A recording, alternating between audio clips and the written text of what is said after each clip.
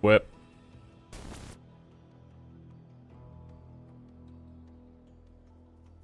Whip.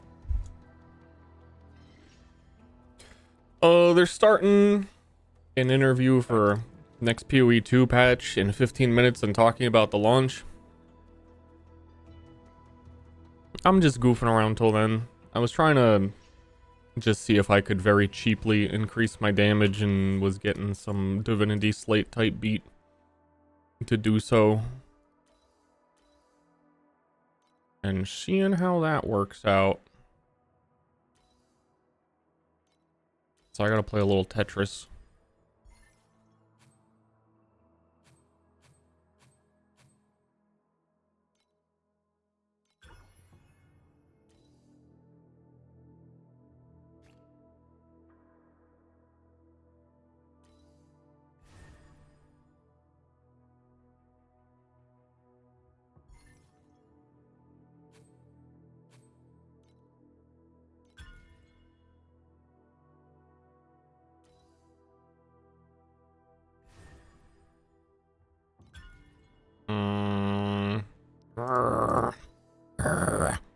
It's a little Tetris.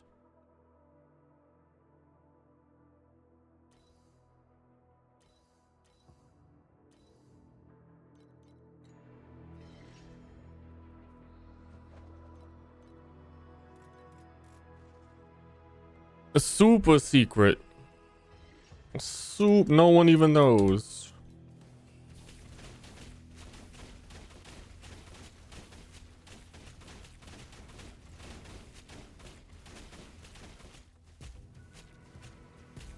What the fuck?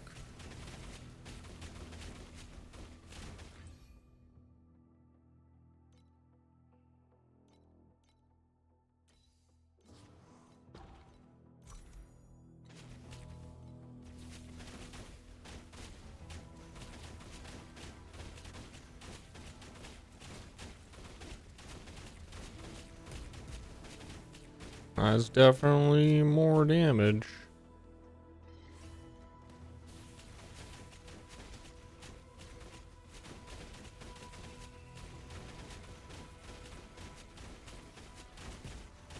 But it's not enough more. Place to check the leaderboard? Which one?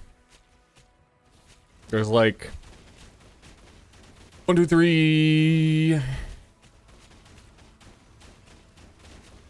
4 or 5 leaderboards in this game.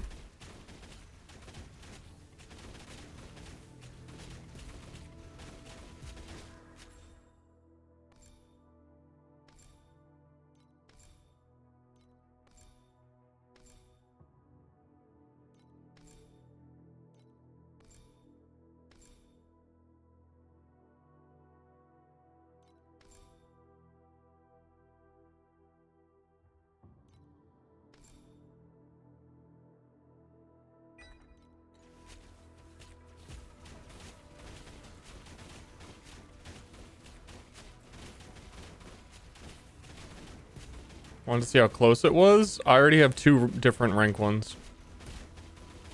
We did it 2 days ago.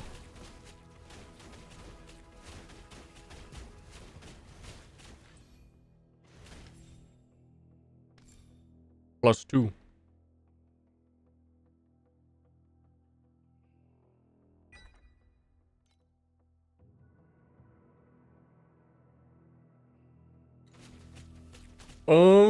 I really want to like play a different character.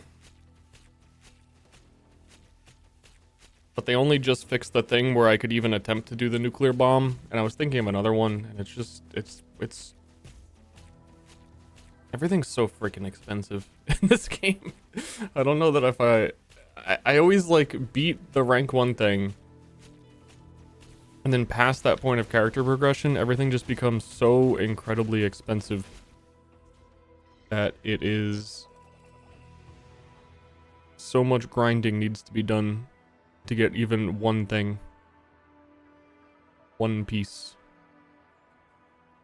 And for the build I want to do, not only is it like one piece, but I don't even know if the pieces work, and I would have to like buy it to even test it.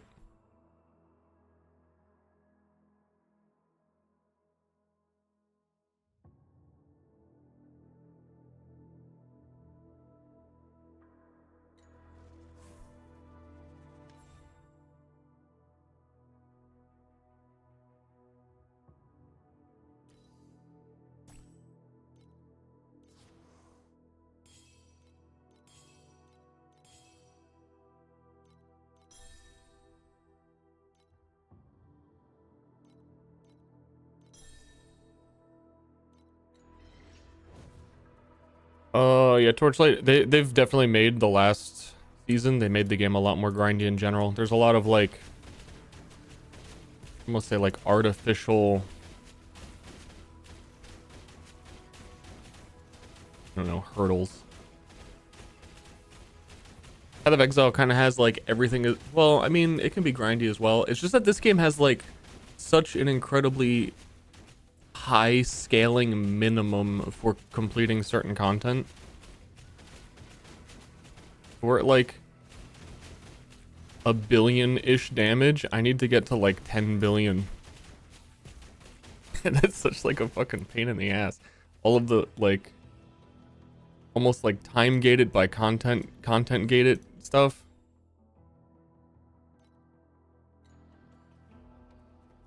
And in general, just most items are fairly expensive.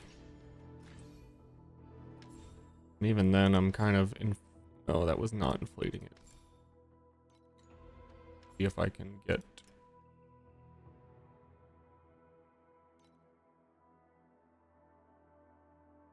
Oh no, I need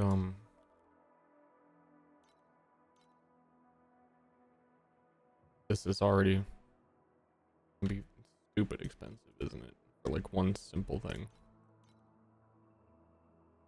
Okay, for example, I'll show it after I'm done searching this actually. This is like such a basic, simple thing. And it's gonna take me so long to earn that much money. And I have it, but I don't want to spend it. I always get like locked in like this is glorp shit. I'm not spending that.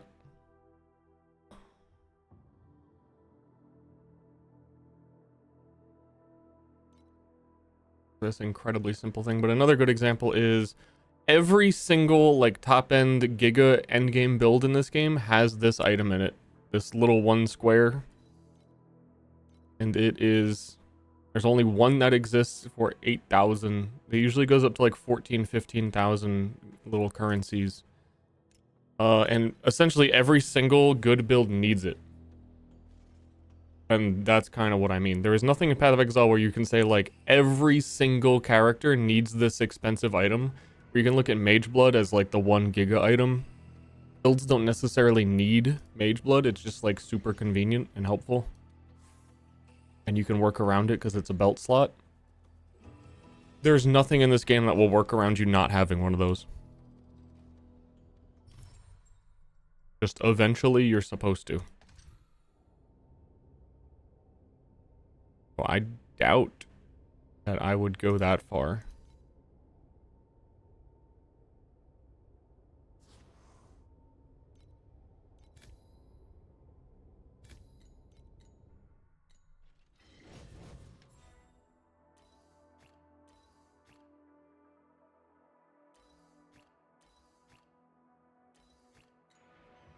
Yep. 6 minutes until the interview. I'm more interested in that. I'm just pondering me orbs, which is me builds.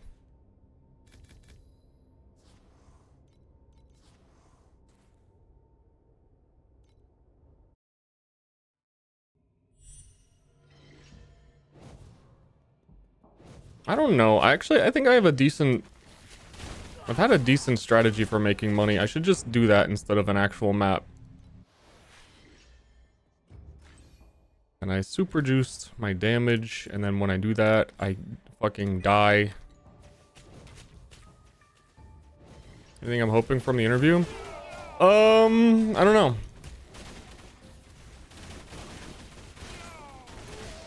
I'm kind of expecting nothing. I'm kind of expecting Jonathan to go, oh, well, you're so right. People definitely maybe took that in the wrong direction, and maybe in the future we're gonna fix it. That's pretty much I expect a full interview. But could be pleasantly surprised.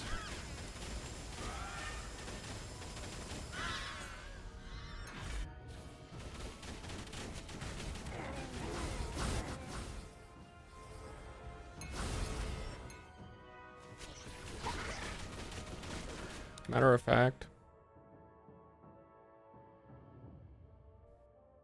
just put that on mute. And then I'm sure it'll take another like 5 minutes before everybody like gets the stream set up correctly.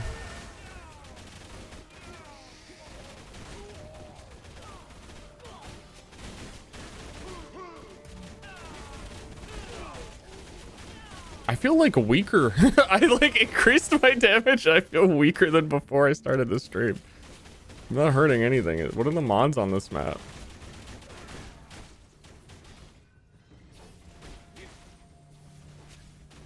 It's like nothing.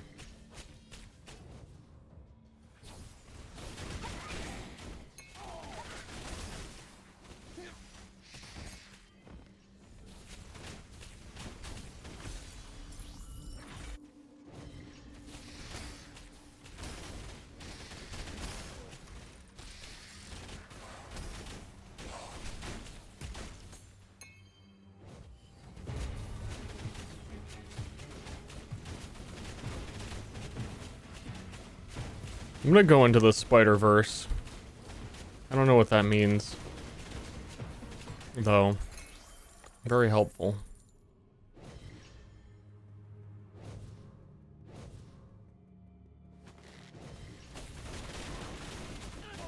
Now, there was one boss I was killing that was occasionally giving a lot of money. I don't know, I think I might just do 1,000,000 of them with all the money I made from doing that boss.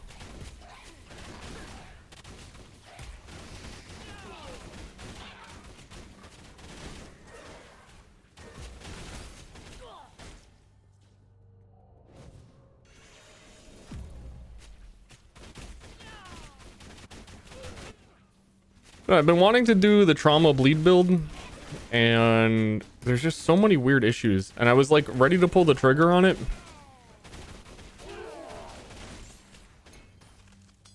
But there's also no character in the game that is good at doing it. There's no, like... This game has almost no melee characters, and the ones that do exist are really quirked up.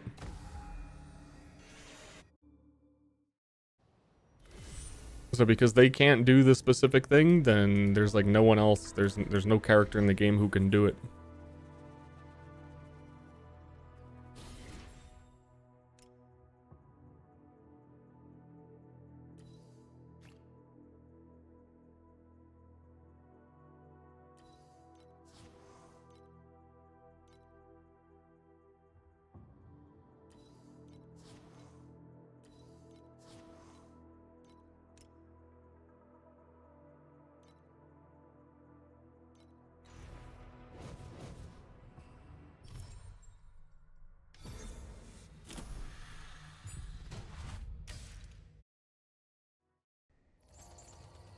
One minute.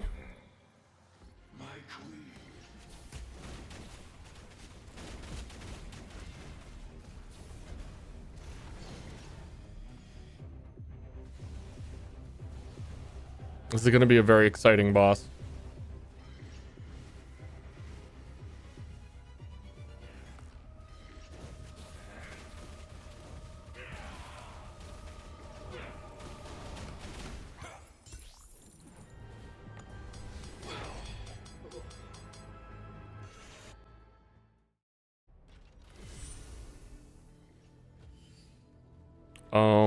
Yeah, for damage over time, I was thinking Yoga made sense, but he has one of his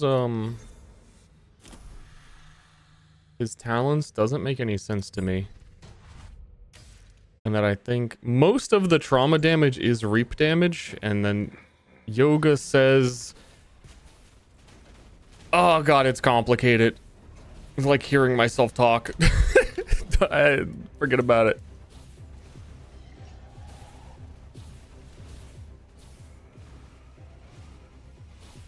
He only deals reap. It's no, I tried to shorten it. There's no short version.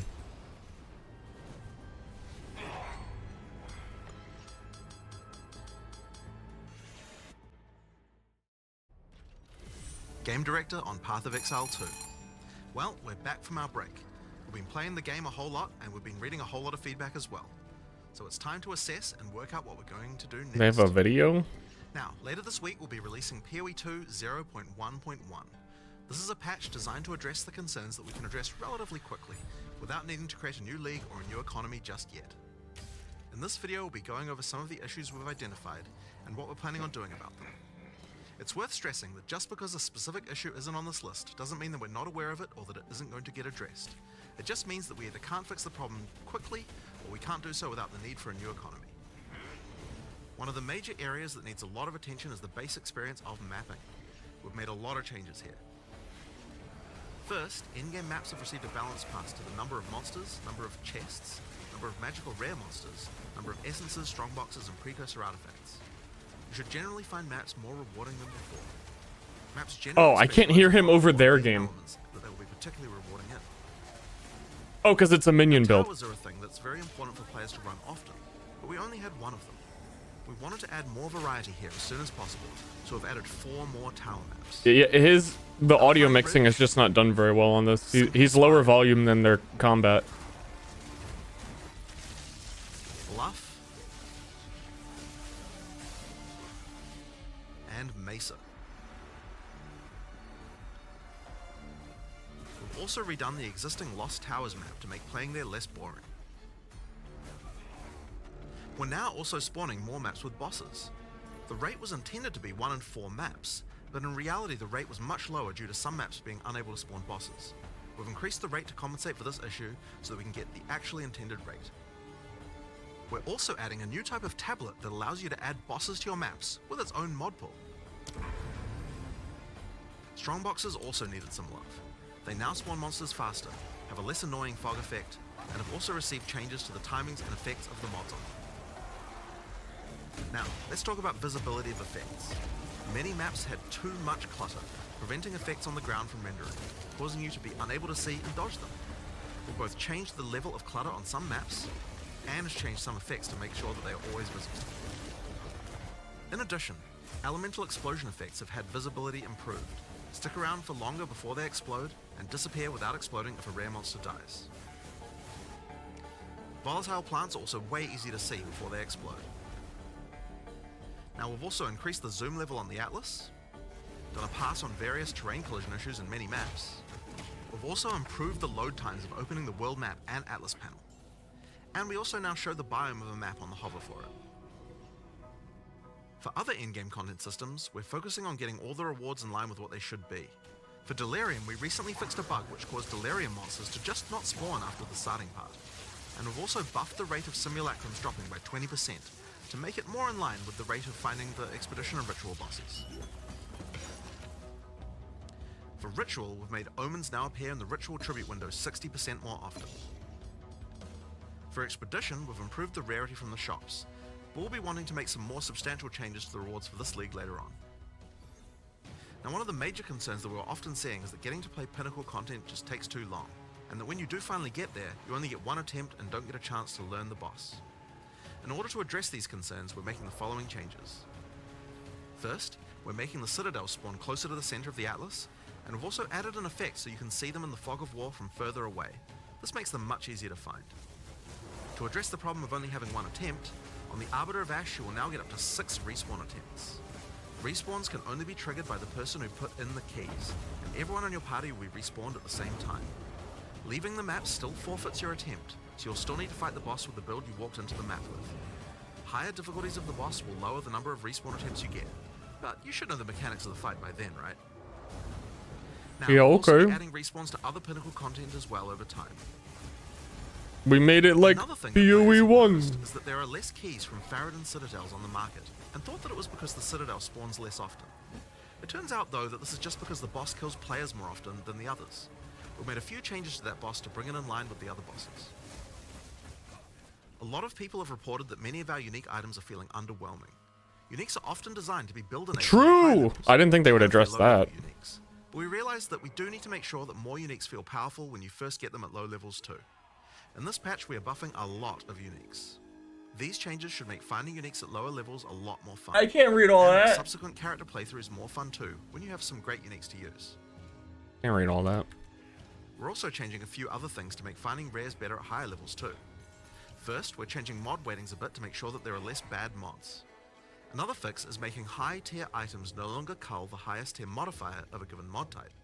This bug caused bows and crossbows to not spawn with attack speed at tier 5 rarity, and rings to not spawn with life at tier 5 rarity. Another change we're making is to make it so that socketables such as runes can now be overwritten with another socketable. Now, as we continue to play, we still find many balance anomalies with specific monsters or bosses that can be nasty if you encounter them.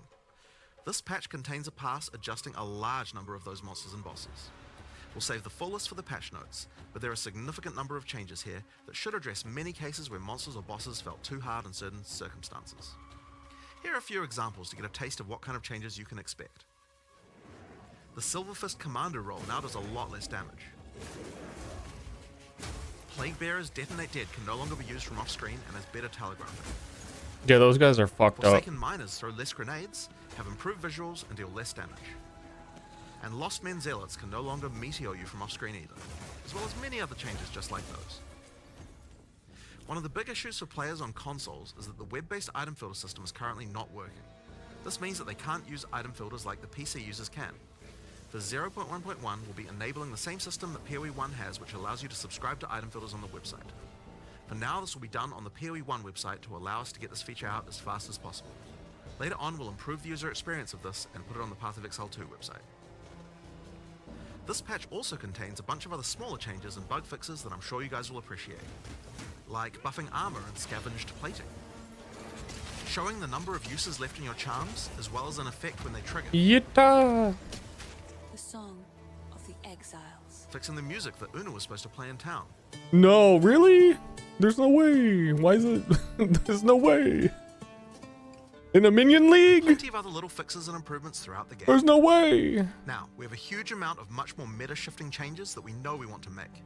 And one of the best things about having the game in early access with the endgame is that we now have a much better idea of where we want character power to be and what the balance of bosses and monsters should be relative to that. But those types of changes are going to have to wait until we are ready to make a new league with a new economy for people to play in. That's still a little while away yet, but in the meantime, we'll be continuing to identify things that are causing frustration and try and address them. I want to thank you guys for playing and hope to be doing more of these in the future. Later. Later. But then also he's here. All right, so there you have it. Pretty awesome.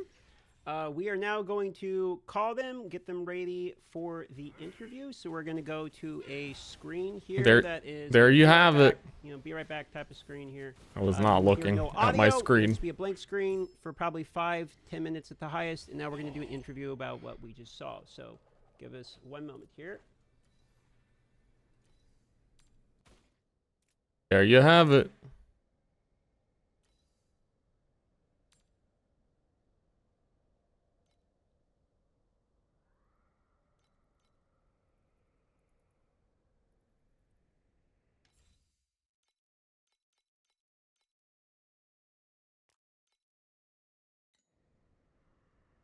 There you have it, guys. Oh, that's a good one. +1 jumps. That's a fucking good one, guys. Bada boop.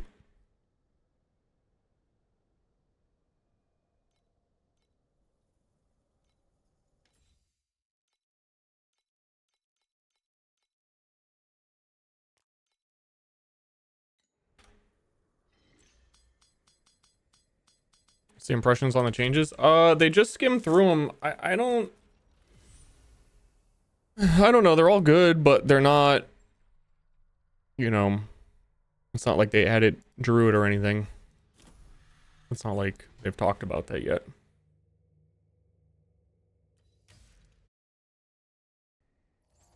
I think a lot of the things that people would expect. I mean, they said improvements to armor, but I don't really believe it's going to be anything meaningful. And I'm sure in the interview they'll say, hey, so what are the changes with armor? And they'll say like, well, it's 5% more effective. You fucking wanker is how they talk, I think. That's close. There's no way armor has been a problem in Path of Exile 1 for 10 years. And they just like woke up and were like, oh yeah, we figured it out. We fixed it this patch.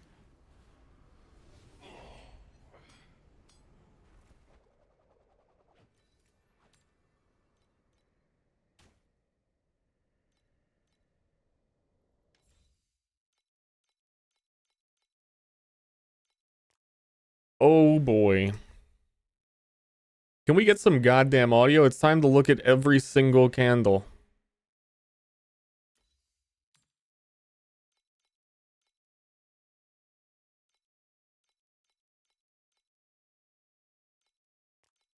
Time to lock in.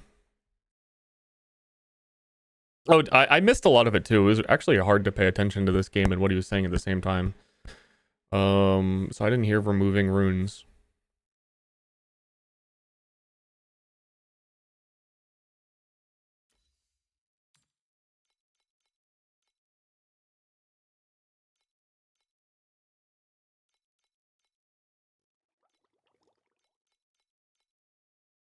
Of audio now. Hello, everybody. So here we are. Oh, hi! Just real quick, now that we have the audience here, I'm going to have Jonathan one more time say something real quick just to make sure they can hear us well, and we'll get feedback from the chat. Hi, I'm Jonathan Rogers, Game Director on Path of Exile 2. Thanks, sir. Mark. Hi, I'm Mark. Hello, this is me speaking, and I didn't want to say the same thing he said. It's fine, you can. All right, and then lovely co-host Gazi here. Lovely co-host. Mic check. 1 2 3. 1 2 3. Excellent. So with that being said, Gazi, why don't you take it away with the intros? Hi, welcome to Tavern Talk episode. We still have no idea what episode we're on. We were unprofessional. Friend. We have with us my lovely co-host Darth Microtransaction and the lovely two individuals that is basically the OGs at this point. We got Mark and Jonathan from Path of Exile 2 Grinding Gear Games. How are you guys doing? Oh, doing great. I mean, you know, like it's really good to get back into things again. We had a good break, you know, like, and yeah, I don't know. It's just nice to be back and actually looking at the problems again. As much as, you know, it can be painful sometimes, but yeah, no, it's real good to get back into things. Yeah, disconnected for a little bit. Not too long, but just a little bit, and now back, which is awesome. But no, it was a long burn last year, so it was good to get a little bit of a break over that Christmas. But yeah, lots to address, lots to change. Excited. And it Mhm. seems, Here. it seems like with the break, you guys still managed to get a lot of changes in from the review video we saw. It's fairly substantial, so that's exciting. I mean, that is for the most part just stuff that we did, like, last week and Yeah. this week. The maps, the extra 4 maps, some of those did have some work that was done a little earlier, but for them because we knew we needed more towers and we just didn't get them in. But pretty much all that stuff is just stuff that we're just doing last week and this week. Like, we try to move fairly quickly when we can. But the thing now is of course going to be like. One issue we kind of realized we had is like, okay, how much do we concentrate on fixing problems people have right now, and how much do we concentrate on like the next big kind of content patch? And so that's like kind of the tricky thing we have to maneuver around at the moment. And I guess my feeling is that so long as there's like big problems that are causing people to have like a bad experience, I kind of want to make sure that those get addressed as soon as possible, at least where we can, so that we're making sure that things are in as best a state we like some kind of point of stability, so that we can concentrate on having the larger kind of like content patch after that. That's great to hear. So for this episode or this interview or whatever we're going to call it, we've done what we can to make sure that we let the community. He still get their doesn't voices know. heard. So most of the questions we're going to go through is questions collected almost exclusively from the community. We have a couple light for some reason questions and some warrior questions from Darth, and we have some minion questions as expected from my side of things. But most of the questions will be taken from the actual community. So I'm just going to kick us off, so don't waste anyone's time. And we're going to start with a question saying, which of the changes that has been showcased was the team most excited to be able to announce?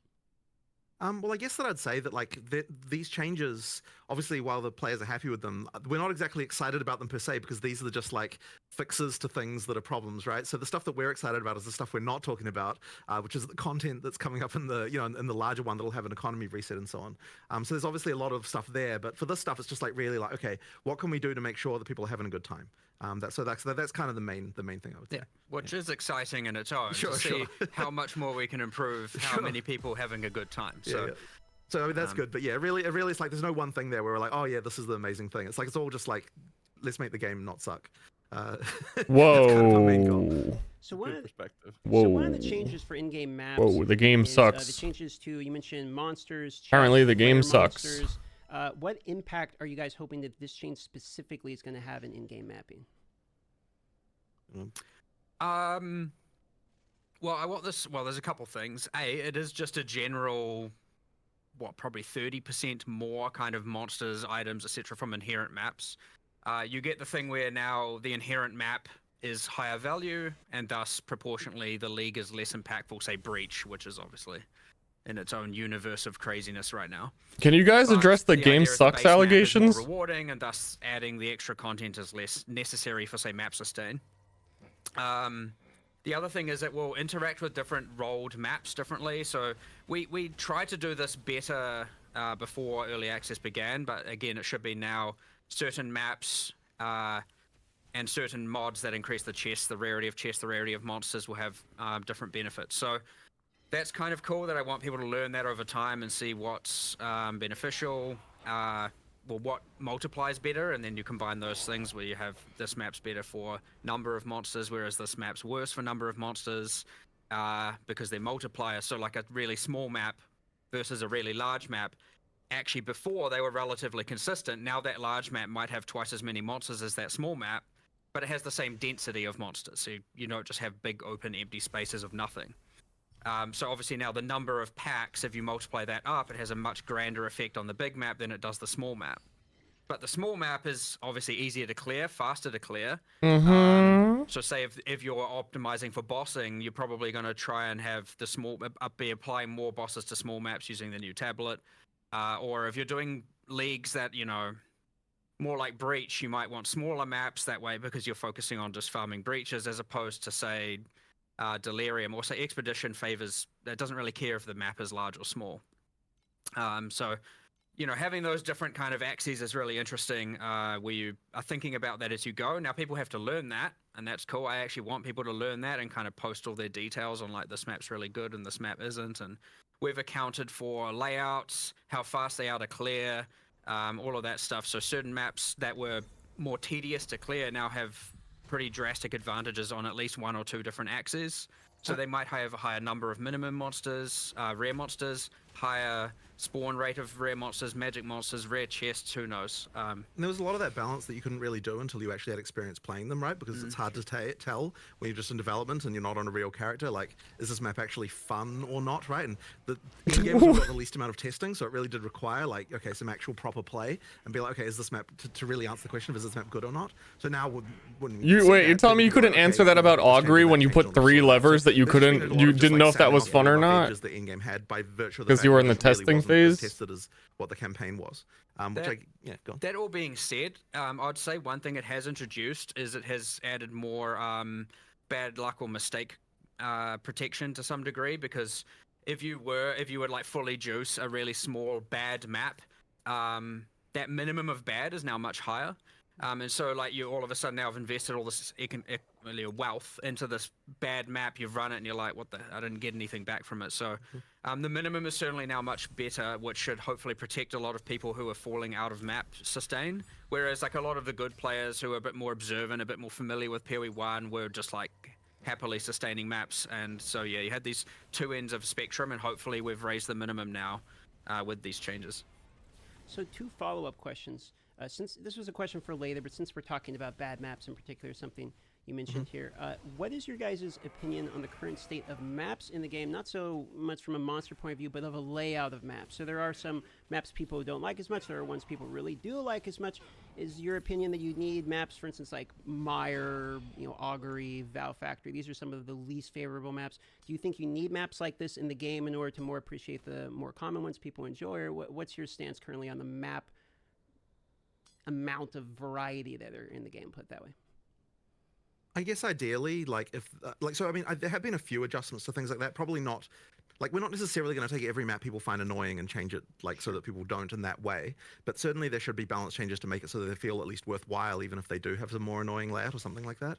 So I mean, I assume you feel the same way about that. There's some standout things. Like, obviously, you shouldn't have the levers that you just can't dodge roll out of and you just die, or the levers are just spawning burning ground on them, right? Obviously, this stuff is just objectively wrong and objectively bad, and that will be fixed. Holy shit. But a lot of that contributes to, like, this is the worst map because you go pull a lever and die while doing so. They are not beating the And game there's the sucks ones that use, allegations. just like, inherently worse layouts, especially for certain builds. But then again, now using this other thing where it's like, actually, well, those maps may now spawn the most amount of rare monsters or the most magic monsters or just the most amount of monsters. You have to go figure some of that stuff out. And some people might like that. People with less, screen clearing AoE centric builds probably don't mind some indoor, more mazy maps if they're going to get the benefit or feel like they're getting the benefit from, more rare monsters. They've got, I don't know, more single target or a more concentrated DPS or whatever. They don't feel so bad now for running that as opposed to just running the, sand spit where you can just like nuke entire screens every 2 seconds. The bad case of this, though, is definitely the tower map, because it was it's like you mandatorily have to run that map, and so having that be not great is like not a good situation. So hopefully we've addressed that one. Like, that was really urgent to address, because it's like it's mandatory, right? You can't just skip it. So that one had to be sorted. Yeah, turns out it's maybe not a good thing where you have to approach a room full of monsters that you don't know what they are and they're super dangerous and you can't see them and it's a narrow bottleneck and you have to run in and just die. But even so, like, obviously the variety helps with that, but also the new version of that map is now based on the top floor tile set, which has like got more variety and like it's easier to deal with. So that should improve a lot of that. Better visibility. Yeah, exactly. So it more helps open. A lot. Less tight bottlenecks. Still they're still relatively narrow here and there, but much better to clear. Mm-hmm. So one more follow-up here, and I'll pass it off to Ghazi. In the review, Ghazi. that the boss How many episodes of this podcast have they done together? This comes to a very common question about Waystone's sustain. So He doesn't know his name. That previously was with Waystone's sustain, as well as, do you believe this impact of additional bosses are obviously going to impact Waystone's sustain? So you think this is going to help alleviate some of the feedback we've seen related to there? That one's pretty interesting because, and this is probably going to be a controversial thing to say, but like, we don't know that there necessarily is a problem with Waystone sustain as such. So that means we have to look into, if people say that there is, and that means we have to understand why that is, because I don't think that's the experience that like we're having as we're playing ourselves. And like, so there's always this thing where it's like we want to hear what the players say, but then we always want to confirm with our own experience that like when we do what they're doing, that we're getting the same experience before we can kind of make a good decision of what a change would be. So I don't know that we've identified why it is yet that players are having problems with Waystone Sustain, and so that's like, and now this will change. It's this, bugged. obviously, because I there's could more explain bosses the and so on, bug. like, that's the thing you can do, and killing bosses will give you, you know, upgrades and so on. Like that'll help with that. But I guess I sort of like, I feel like we need to understand that problem more before we can really work out what exactly needs to happen with it. There's certainly more to learn there, but as I said before, the Yeah, if you increase the area of your zone too high and you give your boss plus levels, they'll stop dropping tier 15 waystones. I suspect it's also just a lot of people struggling with the difficulty in dying, and like, you know, it's obviously very different if you're dying even in 30% of your maps. 20% So the of more your you maps, juice your map, the 10% less of your sustain maps you'll can make have, that which is the difference. opposite, but I guess that So, doesn't... yeah, there's definitely 100% more to look into there. But like, I personally, like, I went to from tier 1 to tier 15 maps in a total of 32 maps, and I've sustained since. And then you see the things where people are talking about map sustain, and I'm like, okay, am I in a different universe? And the answer is probably in a different universe. the answer is probably yes, I am in a different universe. But you know, from a purely anecdotal standpoint of my own, you know, I try and I'm gonna see how it is for myself, and okay, I'm somewhere else. We need to look more into this somewhere. Yep. You know, so we have other people at the office as well, of course, and you get their anecdotal experience. But we need to look at this from a much broader perspective. But either way, what we've just put forward is an improvement to all of that. Higher maximum, sure, higher minimum, and a bit more safety for bad luck. But what it doesn't really account for right now is safety for people dying and, you know, failing 50% of their maps or N% of their maps. There is a slightly more subtle thing going on, I think, which it's kind of unfortunate how this turned out, but effectively, because you can power through the map tiers really fast, it means that you don't get a chance to find the gear that you would otherwise have as you went through those tiers.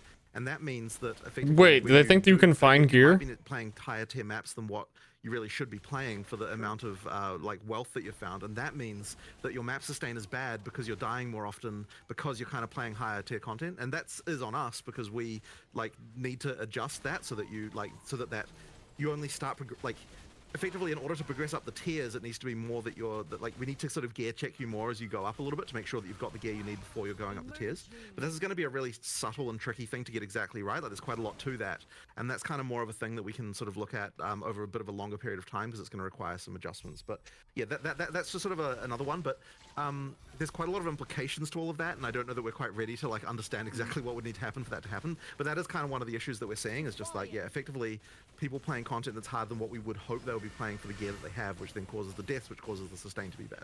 So that's kind of that issue there. Thanks for the detailed answer. I'll throw it off to Ghazi for the next question. Well, what about tier 15 sustain being fucked? Going to circle back to what you mentioned, Mark, regarding Expedition, not caring about the layout and whatnot, but you also mentioned... Because that's what I couldn't sustain at first, until I knew that. Substantial changes to Expedition coming later. So the question is, do you have any particular examples of these things you're hoping to accomplish with this mechanic?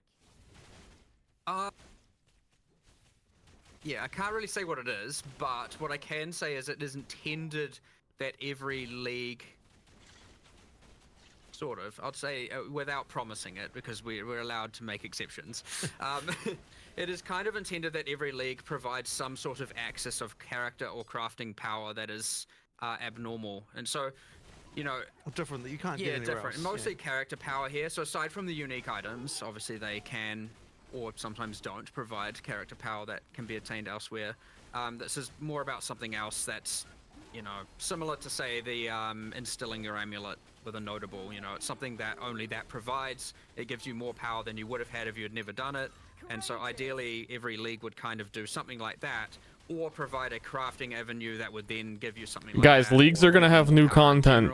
Leagues are gonna have new We content. just kind of have the vendor mechanic where you can do some crafts, and none of those crafts are abnormal. They're not adding extra benefits or mods or anything outside of that. So yeah, we have intention to add something to that, and probably to a lot more of them over time, and as you get new ones that each obviously have this thing in mind, where we're trying to say how can we make characters feel a little bit more powerful by engaging in that content. But yeah, Expedition just didn't quite get it when we ported it over. Like, you know, we discussed heaps of things, like we could add some more ROG crafts, so to speak, now that even though it's now 3 out of 4 of them crafts. It definitely needs you know, something else, like yeah, for sure. it just needs something cool, something better, and something not rushed. Which is we're in a position where we're going to rush something, and it's like, hold on, let's not do that. Let's get it right and do it a bit later. Fair. I like that take. Another question we have is regarding the Arbiter of Ash now having 6 resurrection or revive attempts, right? And other attempts to, or adding other attempts to other pinnacles over time. I guess the question comes down to why wait with adding extra attempts? Ultimately, the reason is just time. So it might even be that in the patch that we do deliver, that some of those other ones are already done. It's just that because the video had to be made last week, and like we were like, are we gonna, like, we knew we would get time to sort out the Arbiter, and we were like, we don't know if we're gonna get time to do the others, so we'll just like promise that one, and then if the others come, then that's just a bonus. Yeah, effectively, there's like a little bit of trickiness around each one to like just work out all the states of everything. Like, I mean, if you're looking at like just as a random example, and this isn't obviously that big of a deal, but it's just, you know, someone has to do it, is like for the breach one, for example, we have to decide like, okay, so we can't really let you have the economy, like you can't reset the whole map because then you'd get the drops from the breach a second time. So then it's like, okay, we have to make sure we put a checkpoint in the thing, and that means we have to like do someone has to go write some code to like make the breach thing work correctly for checkpoints, and you know, it's just like random stuff like that, just little details that just mean that like it'll take a little bit longer to do those other ones. But I mean, we're not talking a really long time, right? We're just like, someone will get to it in the next couple of weeks. It's just, you know. I'd say King in the Mist. King in the Mist will almost certainly be done because it's an isolated boss fight in a room with nothing else going on. But for the logbook and for the breach one, you have to have some manual intervention, and we have to really make sure that there's none of that, like, you know, respawn at checkpoint at this exact point in time, and all of a sudden you get the loot again kind of thing going on. Yeah, that obviously can be quite destructive. So yeah, it's literally just a time thing. We'll, as I said, we'll do it in the next couple of weeks, just as we, you know, get these things going. Yeah. Awesome. Speaking of Arbiter, a couple questions related to Citadels here, just some fast ones. Are Copper Citadels really the same spawn rate as all the others? That's what happened? I mean, we generated a bunch of Atlas state and checked that they were equivalent. I mean, I don't know what to so we really were not intending to make a Monopoly game, you know, McDonald's Monopoly game style thing here. It really was intended to be equal. So yeah, as far as we could tell, it was just the just that the boss had that exploding minion thing that like was the damage just busted on that? Nah, well, maybe, but the all of his little attached zombies, like during the phase 1 of the fight, they, you know, when he summons the sandstorm and you get protected, and you have the zombies coming at you, they blow up after they die. And in the map version, the in-game version of this fight, some logic was missing. I don't know what happened, and those would then explode at the end of the phase 2. So you're like, oh, I killed him, you run in to get your loot, and 8 zombies just explode and insta-kill you. And so what you found is a whole bunch of people were just straight up, like, succeeding at the fight and then just dying straight afterwards. So that accounted for some portion of it. And then he was just harder. Like, certainly the death rate, even excluding the one-shotting zombies, was just much, much higher than the other 2. But yeah, we have now a cheat that generates or simulates generating, like, I think it's 1 billion different blocks, and calculates how many of every map spawned and everything like that, just to test this specific Citadel case. And yeah, everything we could find generates exactly the correct amount of the 3 things. So speaking the of 3 Citadels. Speaking of spawning Citadels, did you guys happen to catch any of the conspiracy theories related to, you know, corpses pointing in directions, etc.? It was so ridiculous. Like, whatever. People come up with crazy things. I don't know. Yeah, all right. I can tell you. I see. The thing is, I'm tempted to actually do something weird like that now, just to like, you know, just to bait the conspiracies. But yeah, no, there was nothing. There was nothing weird going on. It's just RNG. Like you have to. I did catch it's in just the video. RNG. That's all it is. It said closer to the cinders, so there is something to being farther away from your spawn point. So, but basically, all that is literally just that there. Where you start, there's just a radius you have to get to before they start spawning. But after that point, it's just they just spawn the same rate. RNG. And we just moved it closer just because since you can't really tell like where the that's like not obvious, right? And the main thing we want to do there is just not have a citadel spawn like right next to where you start, because that'd be ridiculous. Yeah, effectively we just shrunk that down a bit because it was a little bit large. And then the other thing as well is that now that you can see them in the fog, it actually makes them so much easier to find. We actually intended, we were like, oh yeah, we're going to totally buff the number of these that there are. But after we made the change to seeing them in the fog, it was immediately like, oh shit, there's actually tons of these everywhere. We just weren't seeing them before. Yeah. Seeing them makes a big difference. Okay, so moving on, off the topic of Arbiter and Citadels here. It mentioned in the video less bad mods on mobs. Can we get some more detail? Sorry, it wasn't mobs. That I think, because it was in the item section, and maybe you misheard that slightly, but maybe the bad mods thing was talking about items. So effectively, there's some stuff going on here. So effectively what we did, because a lot of people were talking about issues with higher tier rares as you get to harder content. And effectively, when we sort of looked into this, we sort of worked out, like, there were some anomalies around like what happens when mods get cut out on the lower levels, just based on kind of like somewhat random things about like how many top tier mods there are of certain types and things like that. So what we've done is, it's not like huge changes, but we've kind of effectively done things like I think accuracy went down a little bit, and there was like you know, I can't remember the other change. Accuracy went down, life on kill, mana on kill, on weapons at least, and then attributes on hybrid gear. Yeah, that's right. Yeah, the hybrid gear attributes. And then there was also the bug where effectively high tier rares weren't getting the ability to generate top T1 mods of certain types, which I don't think was actually necessarily as big of a deal as what people Even might he's saying assume. T1, which is wouldn't have affected wrong. that many items, but we have fixed it. So, for example, Which it was just everyone wants it impossible to go on a back to T5 PoE 1. bow to ever get attack speed. Once it was a certain item level. Once it was a certain item level. So yeah, but you couldn't even get T5 realistically, except from high level stuff, right? You still could occasionally, but whatever. The point is like there was a few things like that that were going on, and we effectively just adjusted that stuff, and it should result in generally better rares when you're talking about like high end, like high tier stuff. So we'll just sort of see how that works out. The adjustments are not like mega, but they are there, and they should sort of improve things, I think, a little bit. And just for clarity's sake for the viewers, when you say top tier, like tier 1, you actually mean like tier 12 or whatever the tier is, right? Got him. Tier 1 technically is the worst tier. Sorry, yeah, it's so annoying that we have like tiers going in reverse direction in different contexts. Like, Jonathan, what the fuck? How can you sit there and say it's the top tier of that mod is? In some cases, it was getting cut out. In fact, I worry that even in the article that we're going to say that's actually incorrect. So I just need to fix that, because I think in the article that we posted, it says T1 item affixes, which is actually backwards. So I need to go and fix that after we've done this. We also need to make this consistent everywhere and sort this tiered situation out. Yeah, I do have a follow-up on that. Yeah. It is sometimes very frustrating dropping something that has a high tier, but I don't know if that is the highest tier. Would it be possible? Like, is there something you guys are considering adding? I think we are adding a thing that displays on the mod if it is the best tier. Why, dude, why not just have it be the way it was in Path of Exile 1? You did this! The reason why there is resistance to having T1 mean the top one is because then if we add another one later, it changes what all the tiers are, and there was sort of some discomfort around that, but then maybe it's still better to just do that anyway. Yeah, who cares? I don't know. That was the original thinking behind that, but whatever. It might be less confusing if T1 meant... No, because the thing is, the other thing as well is that map tiers are like the T1 is the bottom one again, and you certainly wouldn't want to reverse that. That would be weird. So yeah, I don't know. Like probably, yeah, whatever. This is just a random small topic, but just one of those things. Understood. Yeah. Speaking of items and quality, one of the most requested additions, item filters, coming to console. So I'm sure many people are very excited about that. Speaking of the topic of consoles, they're doing. Sorry, they're talking about consoles. They're doing the thing that Diablo 4 and like all the Diablo games do that make them worse. Right here in that explanation, which is not typical of them, which is thinking your players are too stupid to understand the correct way to interpret information, the best way to display it.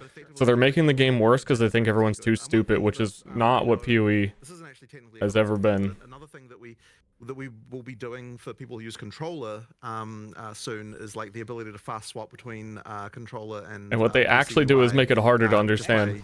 Like immediately in game, because that's something I believe there was even an implementation of that. It was just a little bit too dodgy to release on early access start.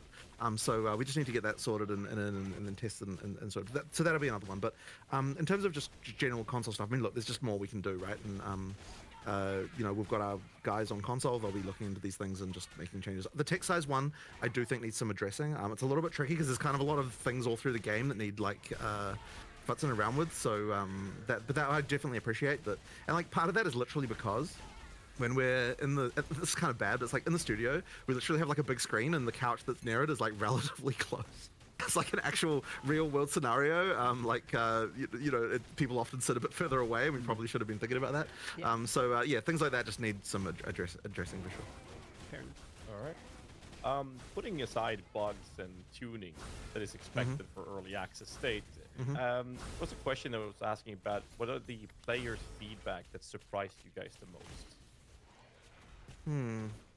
Well, I know you were saying. I mean, I guess from my perspective, it's like we had a lot of worries about things being broken. We just didn't know what those things were going to be. But then you were saying before that just the level of brokenness that surprised you as far as like some character builds and stuff, right?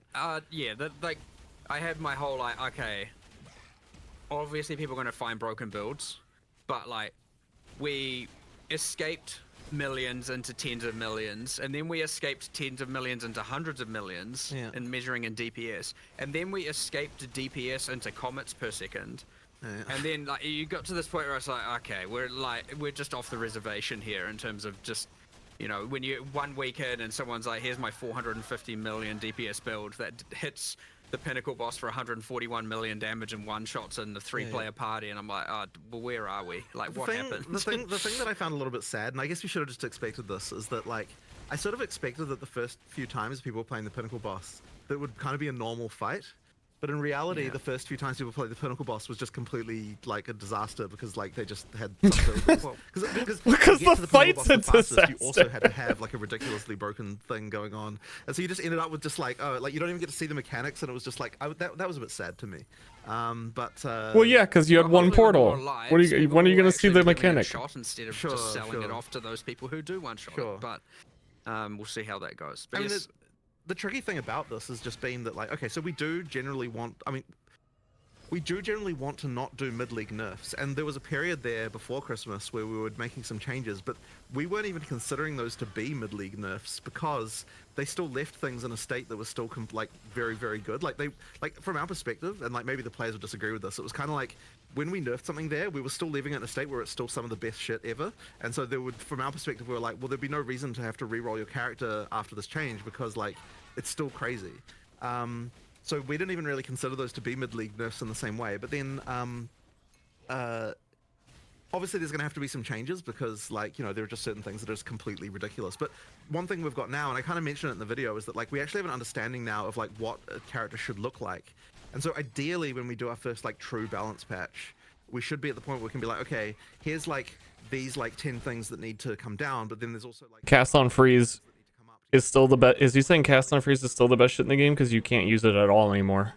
So it's not a mid-league nerf? Economy reset because we actually need like to see what really happens when you get a new economy and all that sort of stuff. So, and when I say an economy reset, of course, what I mean is a new league. Like you'll still have the old characters if you want to play them, but all the stuff we're going to be looking at will be on the new economy that you know, in terms of like how it evolves that way. So yeah, that's going to be like a tricky one. It'll take us a little bit longer. But that is also what we're working on in the background as well, is just like getting all of this stuff to where it needs to be. So am I hearing that there's no nerfs coming in this patch then? Is that sort of what I'm taking from this? I mean, there might be a few that relate to things that are just completely screwed, but I don't, I mean, it is not our intention to do a big nerf patch here. Like that is not our goal. Our goal with this is like fix things that are annoying people and like make the game more playable. Whereas the goal of like the the sort of balance patch that's coming a little later would be like, okay, we'll have a new economy. We'll actually do like a proper balance pass where we get all of that stuff like more. Because you scared everyone with that executioner photo in the Twitter post. I mean, it looked like the guillotine was about to drop. Okay, yeah, people look into things I think a little bit too much. Okay. There's kind of 3 kinds of nerfs going on. Not on this patch. Just hold on. That was. I do want to follow up Anyway. though with the comment on the balance patch coming later, and you want to combine that with a economy resets. So is that you saying that there will be economy resets during early access on a regular basis? Yeah, so there or we won't be. looking at- They'll be in a new league, so you still get to keep your old characters. But effectively, yeah, absolutely during early access there'll be new. leagues. What I don't want to say is like whether or not the league as so when I use the word league, people sort of assume that means there's like a league mechanic that comes along with it, and we might do that or we might not. We kind of need to work out what's going on there, but it'll be a new league in the sense that it's a new economy that people can play through, and we'll be introducing significant stuff that would want people to make people replay as well, as doing all the balance stuff and all that sort of stuff. But effectively, we need to do that because if you can't really just make changes to balance like significant ones without screwing people's characters over, obviously. So you need to have some kind of thing like that in order to be able to do that. Just going back quickly, we have a kind of few classifications of things we do address when it does impact balance, and we are trying to be ultra conservative, but if it is bricking instances, as in it is just absolutely tanking instances, affecting the performance and thus affecting the performance for other users, we almost always have to address it. You can't just let that be. Now we obviously try and reduce the impact on the server, generally because of some sort of infinite loop or anything of the sort like that, or you know, something happening per frame that shouldn't happen, and all of a sudden now, you know, like if you're getting the server frame rate to be like 1 FPS, then that is not alright, right? Yeah. Like we have to actually sort that. So that is something that we will do a mid-league nerf to address, but ideally in such a way where it still leaves the build perfectly viable. Yeah. It's just that it's no longer completely destroying what's going on. The other things where it does nerf and has an impact is, of course, when there is simply something clearly not working intended. So, like an example of that, which I won't try and pronounce, but the shield that increases effect of your socketed runes and soul cores, and that was just obviously applying to all of them, not the one socketed in itself. That is obviously a nerf. It was never meant to work that way. I don't think that really surprises anyone when that gets changed. It's very clearly not working as intended. So those two we're generally just going to pull the trigger on almost always. Right. We're still thinking like, okay, especially in the performance case, that's like blatantly, you know, our fault, and there is economy there, and then obviously there are people who are going to lose their character builds because of it. Maybe, hopefully not. We try and obviously bring down the frequency. Honestly, just say fuck them kids. While also buffing the damage, and then we make. Welcome to early access. Fuck them kids. A new economy, and we'll come back and reassess that. But you know, often protecting the instances, protecting the server performance for other users, and obviously fixing bugs are, you know, something we're going to do.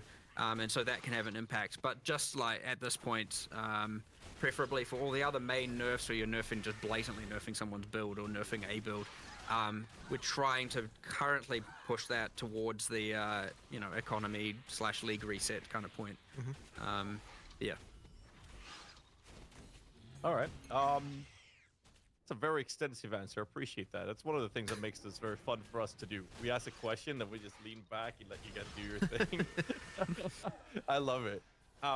We are going to circle back to what you mentioned as well earlier, Mark. You said coming back to reassess a decision that's been made. And the topic we're going to open up is the two-step verification, security for accounts with certain things that's happened recently. So the real question that we come down to with everything that's going down is, I guess the first one is, was there a data breach at GGG? All right. And following that up with, are you going to reassess the decision of two-step verification? All right. So this is unfortunately really sucks, and I was really hoping we'd get a post about this before we did this interview, but unfortunately we haven't quite finished assessing yet. So there has been a situation where someone got access to an admin account on our website, and we now understand how that happened. And we also understand, we don't fully understand the scope of everything that occurred here, but we're sort of in the process of like looking at logs and so on.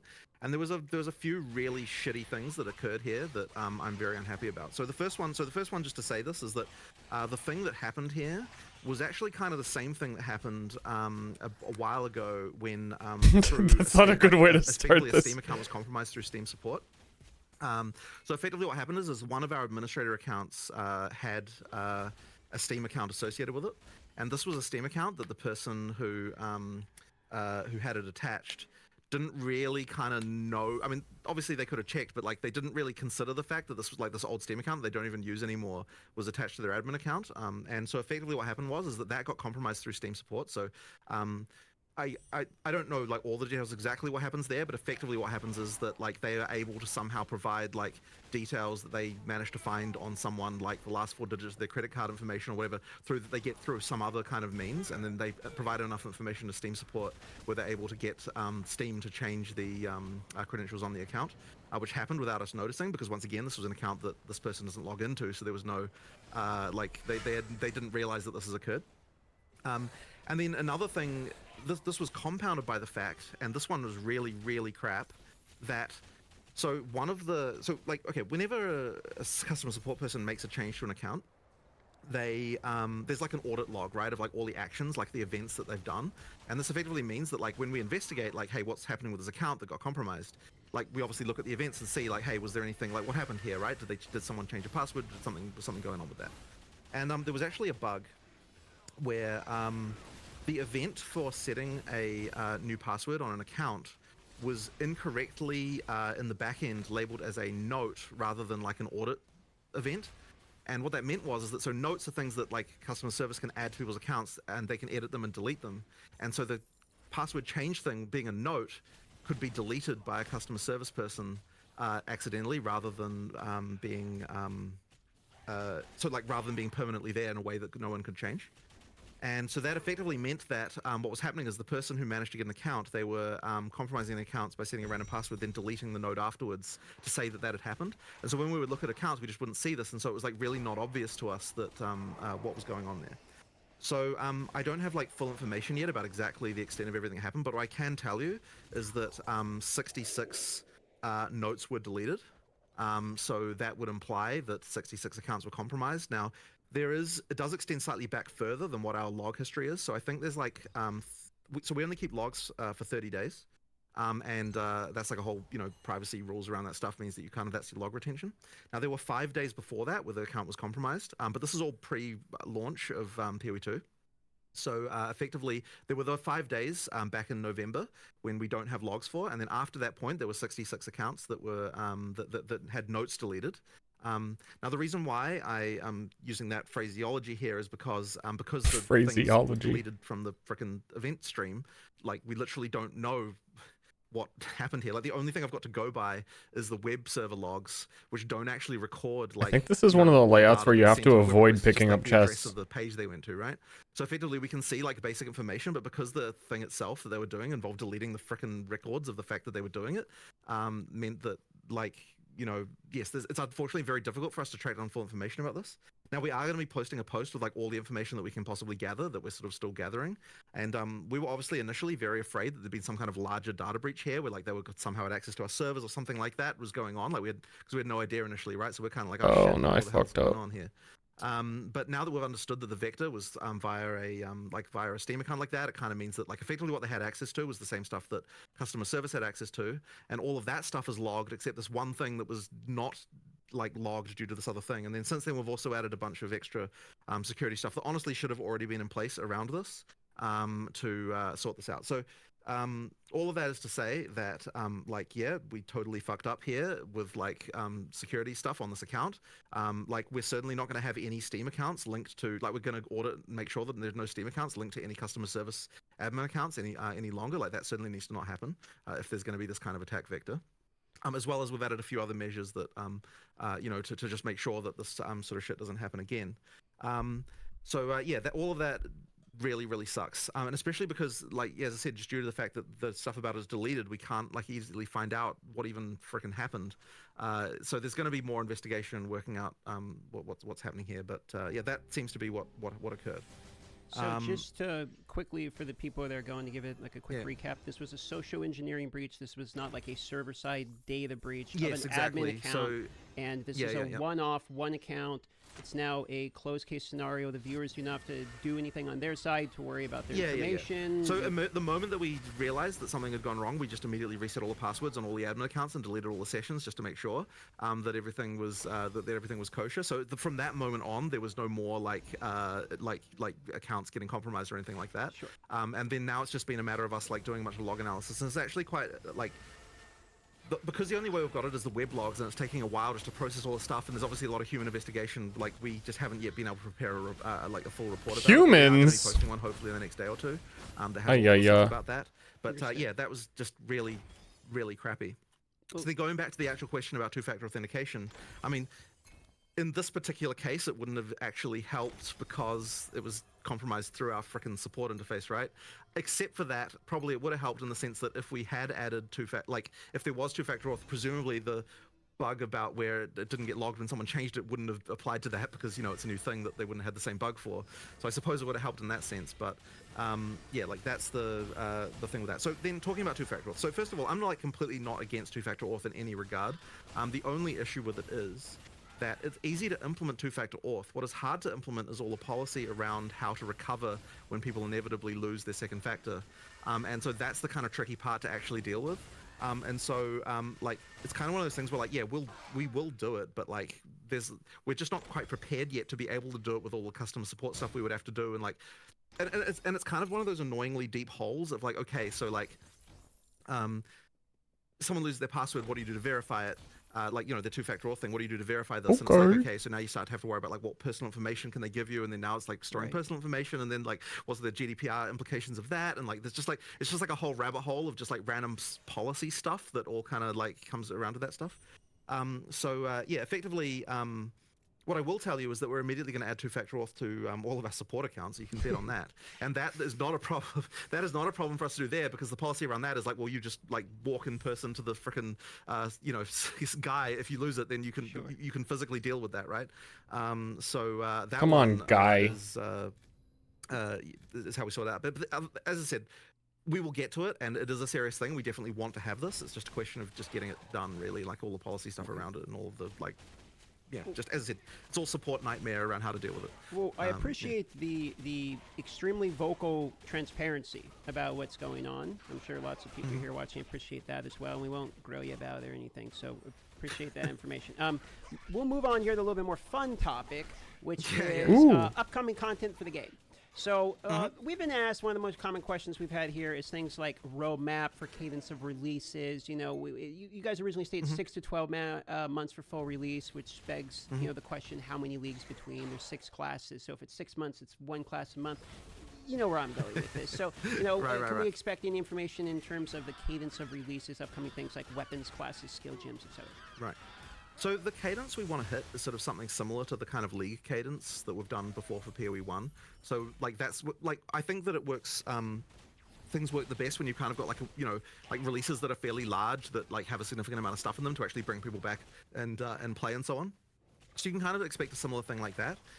For the actual like what is going to be in each release, obviously I'm not going to talk about that because, you know, we'll save that for the live stream and like, all that sort of stuff. But effectively, yeah, I mean, like, that's kind of what you can expect. That being said, there's also a thing where like so we want to be able to do the balance patch addressing the balance issues that we've talked about as soon as we can. But in order to do a patch like that, you need to have enough content in it to be able to make sure that you know, people actually come back and play it and like, that sort of thing as well. Like you need to be able to make enough changes and like add enough content that it's actually exciting. So we're going to work towards getting a like a PoE 2 sort of new league with new content in it basically as soon as we possibly can. Like so like I can't exactly say a date or anything, but like we're gonna rush for it, right? Like we're gonna really try and do it because we want to get to that point of stability of the balance that we're sort of happier with as soon as we can. Stability of the balance by rushing to it. I feel like a lot of their current problems are because they just said earlier in the interview that they rushed it. We're gonna try and get it out as quick as we can. Hopefully we. So we'll see the stability of the economy in the next one. New acts is going to be involved in this, but I guess, you know, whatever. New content's fun. We talk about Act 4, 5, 6. Is the plans to add like 1 act, or are you guys? Yeah. So this is honestly one of the freaking hardest questions ever, right? Like this is actually something that we've discussed back and forth so many times because like. If you're talking about it from a pure storyline perspective and like kind of what makes sense, like so there would be so imagine we release 1 act, right? It's like how does it fit exactly into having the leveling? Like, do you go like 1, 2, 3, 4 and then like 1, 2 again? Like that'd be kind of weird. Or like 1, 2, 3, 4, 2, 3, or like do you have Act 4? You can also play Act 1 or Act 4, or like, you know, like it's kind of just weird, right? And like so like from that perspective, it's like, oh, we should do them all at once, like at some point. But then on the other hand, we're like, okay, if we don't release the acts one at a time, then that kind of means like all the content from that we're sort of busy having to work on, we still have to have good releases, right? And so that means we have to have like more stuff in what we do release if it doesn't contain an act. So there's kind of this like complicated like puzzle around this, and it's like, and what we kind of thought, like, there are issues around this, but effectively we're like, okay, well, we're going to have to make Act 4. We have to be making Act 4 in the background right now anyway, right? So we don't technically have to decide what we're doing about this, like, right now. So, like, that's sort of happening anyway. So I guess that is to say that, like, there's still a lot of argument about this fact. And yeah, it's honestly such a hard one because I don't think there's a really great answer. Like, releasing the acts one at a time would be making content so much easier because we get to immediately utilize all the stuff from that act to like make other content. Like, it'll be so much, and like also it just immediately makes a release feel really big, right? So like that would be something that we could do, and it also would be good for our studio because like there's this phenomenon that always happens where like you say, okay, this is when we're making this thing, but if people are not actually going to play it, then like people have a different definition of finished from like, oh, people are actually going to play this versus like it just has to be ready internally, you know. So like from just a production perspective, like I feel like Oh my God, if we do release the acts, just because it forces us to actually release them and like forces everyone to get it into a really playable state. But yeah, on the other hand, as I said, there's like all these kind of like practical issues with it. So damned if you do, damned if you don't, huh? Yeah, I know it's a bit of a tough one. So yeah, I mean, I guess the answer to that is still to come, and we just need to work out what we feel about this one way or the other. So yeah, I guess you'll see when we do our next announcement what we've kind of come up with. But yeah, as I said, in the meantime, it's not like we don't have to just make Act 4 anyway right now in the background. So that's they're continuing to do that as well as all the people on the more sort of balancey side of things working on balance, which will get shipped much earlier. Yeah. All right. Let's just move on to the next topic to make sure we actually cover these questions. We have a long list. Sure. So we're going to talk about a can of worms called State of Magic Find. Now, the perception has been one thing.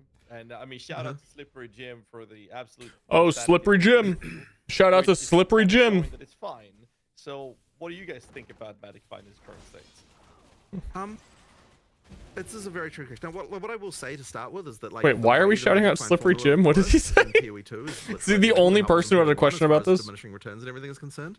The difference is just down to what Rarity is giving you as opposed to what it was giving you in PoE 1. Our argument for why Magic Find should be fine in PoE 2 is effectively like, we're not doing what happened in PoE 1 where you've got like all these quantity mods and all that sort of stuff like that. Like, it's effectively the Magic Find in PoE 2 is what PoE 1 had back when PoE 1 was first released, right? Where it was kind of like, and it kind of was fine then, so the argument was, well, why shouldn't it not be fine now? I guess there's another, like, compounding with this, there's another contingent of people who would say that, like, anything at all that affects item drops should just not be a thing at all, and which is, like, a position you can take, and I don't know that I necessarily... agree with that position, but like, you know, it's another position you can take. So I guess all of that really is to say that, like, I don't think there's anything about it that's not working as it's intended to work, and ultimately the purpose of something like Magic Find is to kind of give you another axis of build design beyond just like doing the most DPS, which, you know, like, that's most DPS with Magic Find. Where it's at, really. There's definitely more to look into here, though. I don't know if you've got a different opinion. Not really. We want a different axis. Say PoE 1 was you fully saturate into every single item being a unique item. That's the difference. Whereas in PoE 2 you saturate into higher tier rares. You actually cannot fully saturate into unique items. It is impossible. So yeah, it certainly holds different value. I don't know how, but then again, I suspect a lot of the audience who are finding Magic Find to be a problem would find it a problem in both games, which again, completely fair perspective to take. I don't know. There's a little bit more to look into here for sure. Like, we come back from holiday and we're like, all right, let's fix everything we can in a week. There's this list of like 100 things, and we pick the most, what we think is the most impactful 10. And so, yeah, there's a lot of these things that are just outlying on a list for us to really actually look into and investigate more and see, you know, what part of it people are liking and not liking, because, you know, even though I think people are fine with Magic Find. I think they just hate Magic Find on gear. You need like an alternate system where the only point of having them is Magic Find. This a bit more honestly to get a if you're gonna have it at all. Personally speaking, I don't think it's a problem currently. but I might change my mind as well upon reading all of this and looking into it more. So we'll see how it goes. A follow-up. I So don't know like if you- Torchlight oh, Infinite, sorry. my magic find is these No, you 3 go drop for it. pack spirits. So a They can follow-up to only this be is, magic the state of find. Magic Find is a question. I don't have to like Specifically, worry about getting magic find on you every have a single general item. Belief on how you believe it's influenced That's the it. economy. I'm seeing a lot of comments sometimes when I'm live with people like Magic Find's the reason, inflation's the thing, etc. So what is your guys' belief in terms of how much Magic Find is actually making an impact in the current economy? Actually, there's another difference from PoE 1, actually, of course, is that Magic Find now increases the tiers of currency you find. Yes. Which, yeah. I don't honestly think that we have an informed enough opinion on this Yeah. topic, actually, to be fair. Yeah, like I don't think it's been our primary concern like this week because of the fact that like there's other things that we think, you know, like we really wanted to make sure that the actual play experience is prioritized as the main thing. Like that's the kind of, you know, our focus right now. Fair Which I enough. mean, obviously this affects it, but it's kind of like something where like it's a slightly longer term concern. So it's something we need to definitely investigate more. But yeah, it was really like that map playability and like making sure that, because like I mean, when people are dying to things that they think are bullshit and stuff like that, that's kind of like something that we were more concerned about. So yeah, that's I would say we need to definitely do more. We need to form an opinion about this before we can say more about it, I think. How about I phrase a question like this then? In PoE 1, item quantity Can't hear you. was removed, which affected currency. In PoE 2, you now bake that into Yeah, I see what you rarity. mean. Yep, that's a Yeah, very so good what point. is the reasoning for reintroducing quantity that you made a decision to remove in PoE 1? I don't think that we looked at that as reintroducing quantity, but you are correct that it does increase the quantity.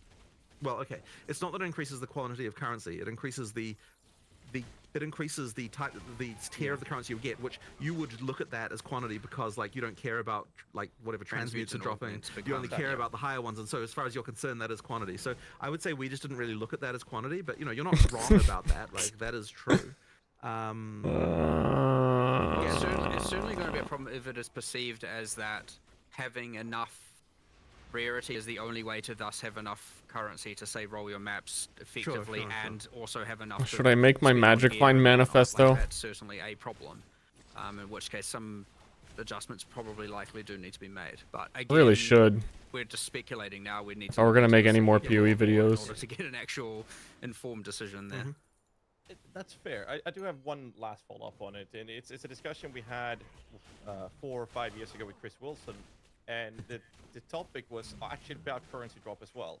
And the comment was that the numbers were fine on GGG's side. The numbers looks fine. It is accurate. You are dropping more currency than ever. But the numbers didn't matter when the perception in the community is the direct opposite. Again, How do you think to about my tackling point, that specific in kind of PoE 1, conversation when the Heist perception has is the opposite an numbers? equipment slot When that seemingly is magic reality find. It is is dedicated to what you find in the heist that you equip. No one has ever complained about it one time. Drop enough? It's the perception is that rarity is a mandatory stat. Oh, sure. because of the No, yeah, pseudo well, quantity. absolutely, right? Like, look, if the community feels that way, we should absolutely look into it and do more about it, right? Like, but bear in mind that, yeah, I sort of often say, you know, like when the community has a problem, this is an invitation for us to understand the problem and then for us to address it in the way we want to address it. And that way isn't necessarily exactly what the community is saying, but it's just effectively like, I do want to keep doing things until the community is no longer unhappy about it. But that may not necessarily look exactly like in the form that they're expecting, if you know what I mean. So yeah, we have to look more into this. That's absolutely the case, right? And we can tell that because of the fact that people are unhappy. So yeah, we will look into more into it. So, speaking of unhappy, we're going to get into My state of Maces wife just / died. Maces is the next one. I'm really sad. Here. So, let's talk about Warrior and Maces. What are your guys' feelings currently on the state of Maces? How do you want Mace skills in particular to function in Path of Exile 2? Obviously, they're very long cast times.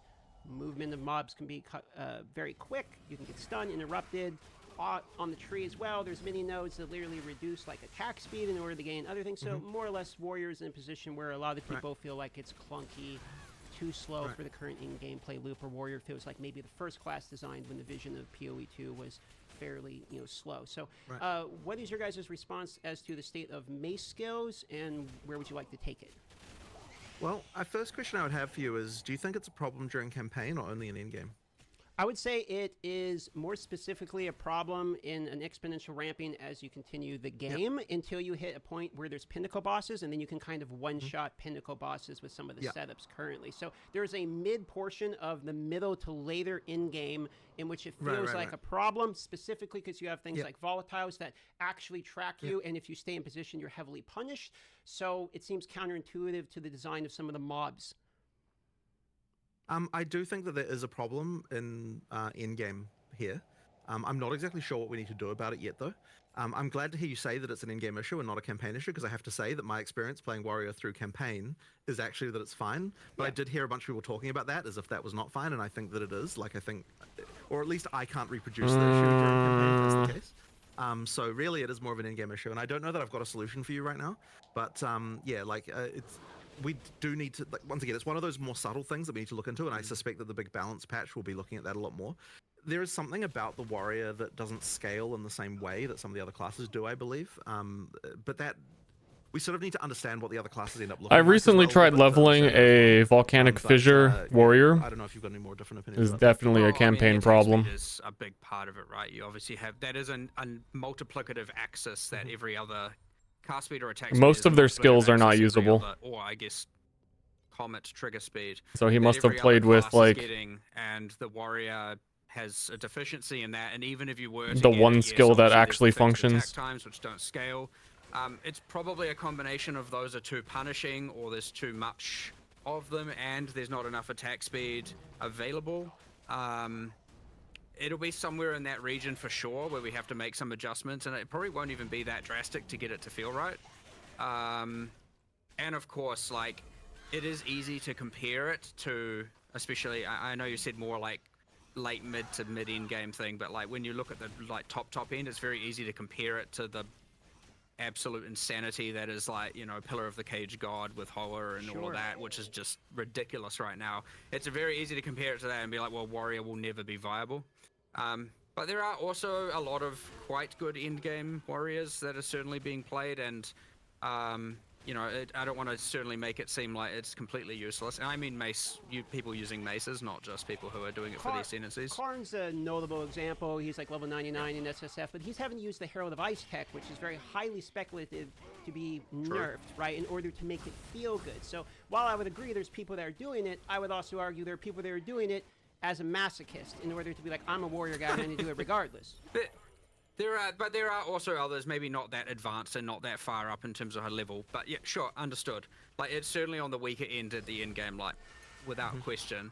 That being said, I don't think it would take too much to get it there. But yeah, again, it's part of this massive balance, you know, recalibration we didn't need to do now that we've seen the state of everything. Right.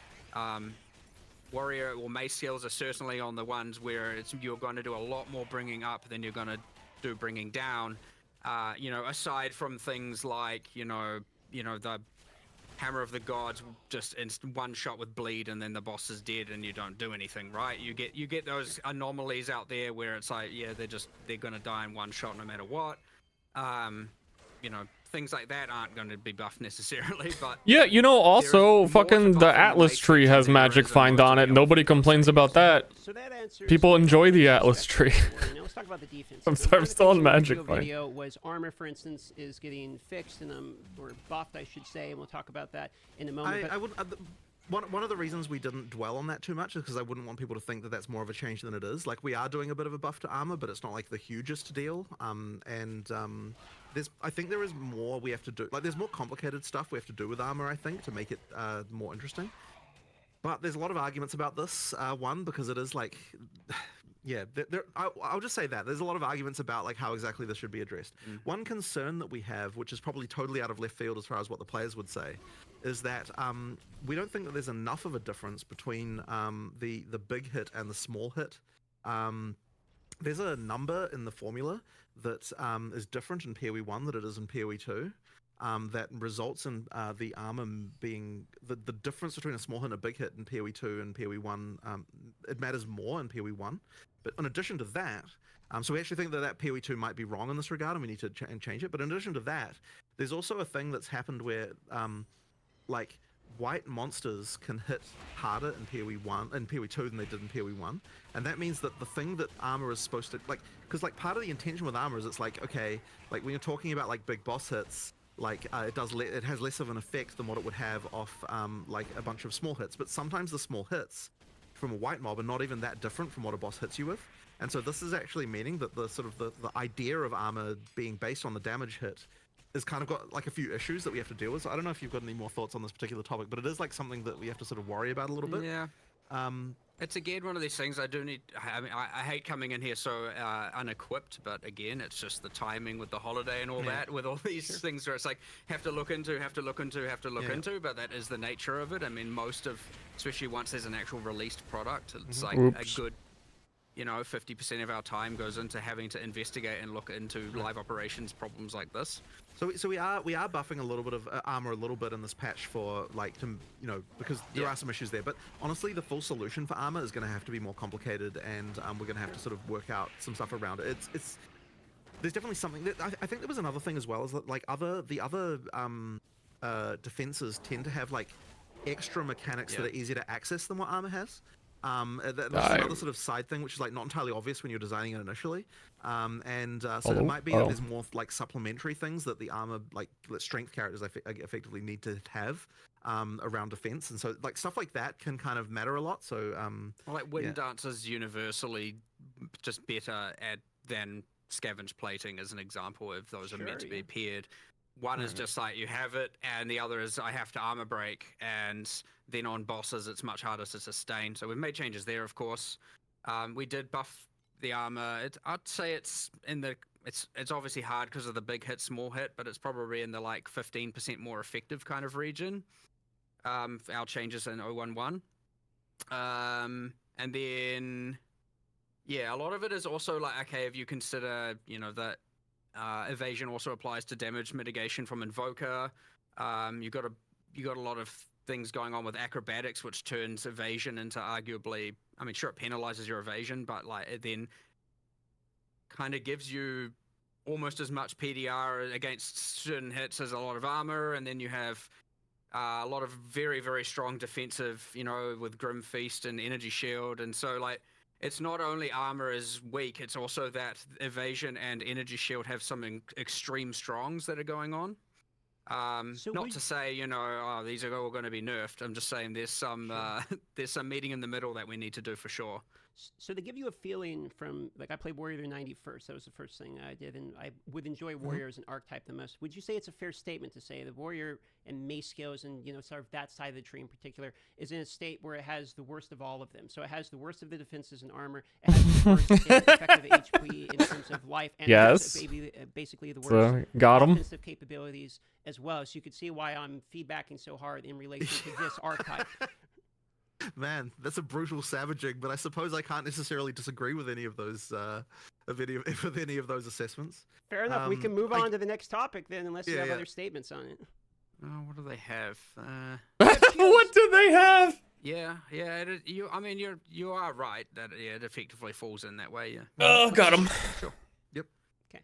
So moving forward here, we have charms. So I saw that there were some notable changes in relation to charms. I thought it was a great change to be able to see when they're actually being activated, as well as the charms that are there as well. So some clarity things in relation to charm. I don't know if I saw whether or not charms in particular are actually getting tweaked in terms of number side of things, or if it was just some transparency related to charms. But how do you guys feel about?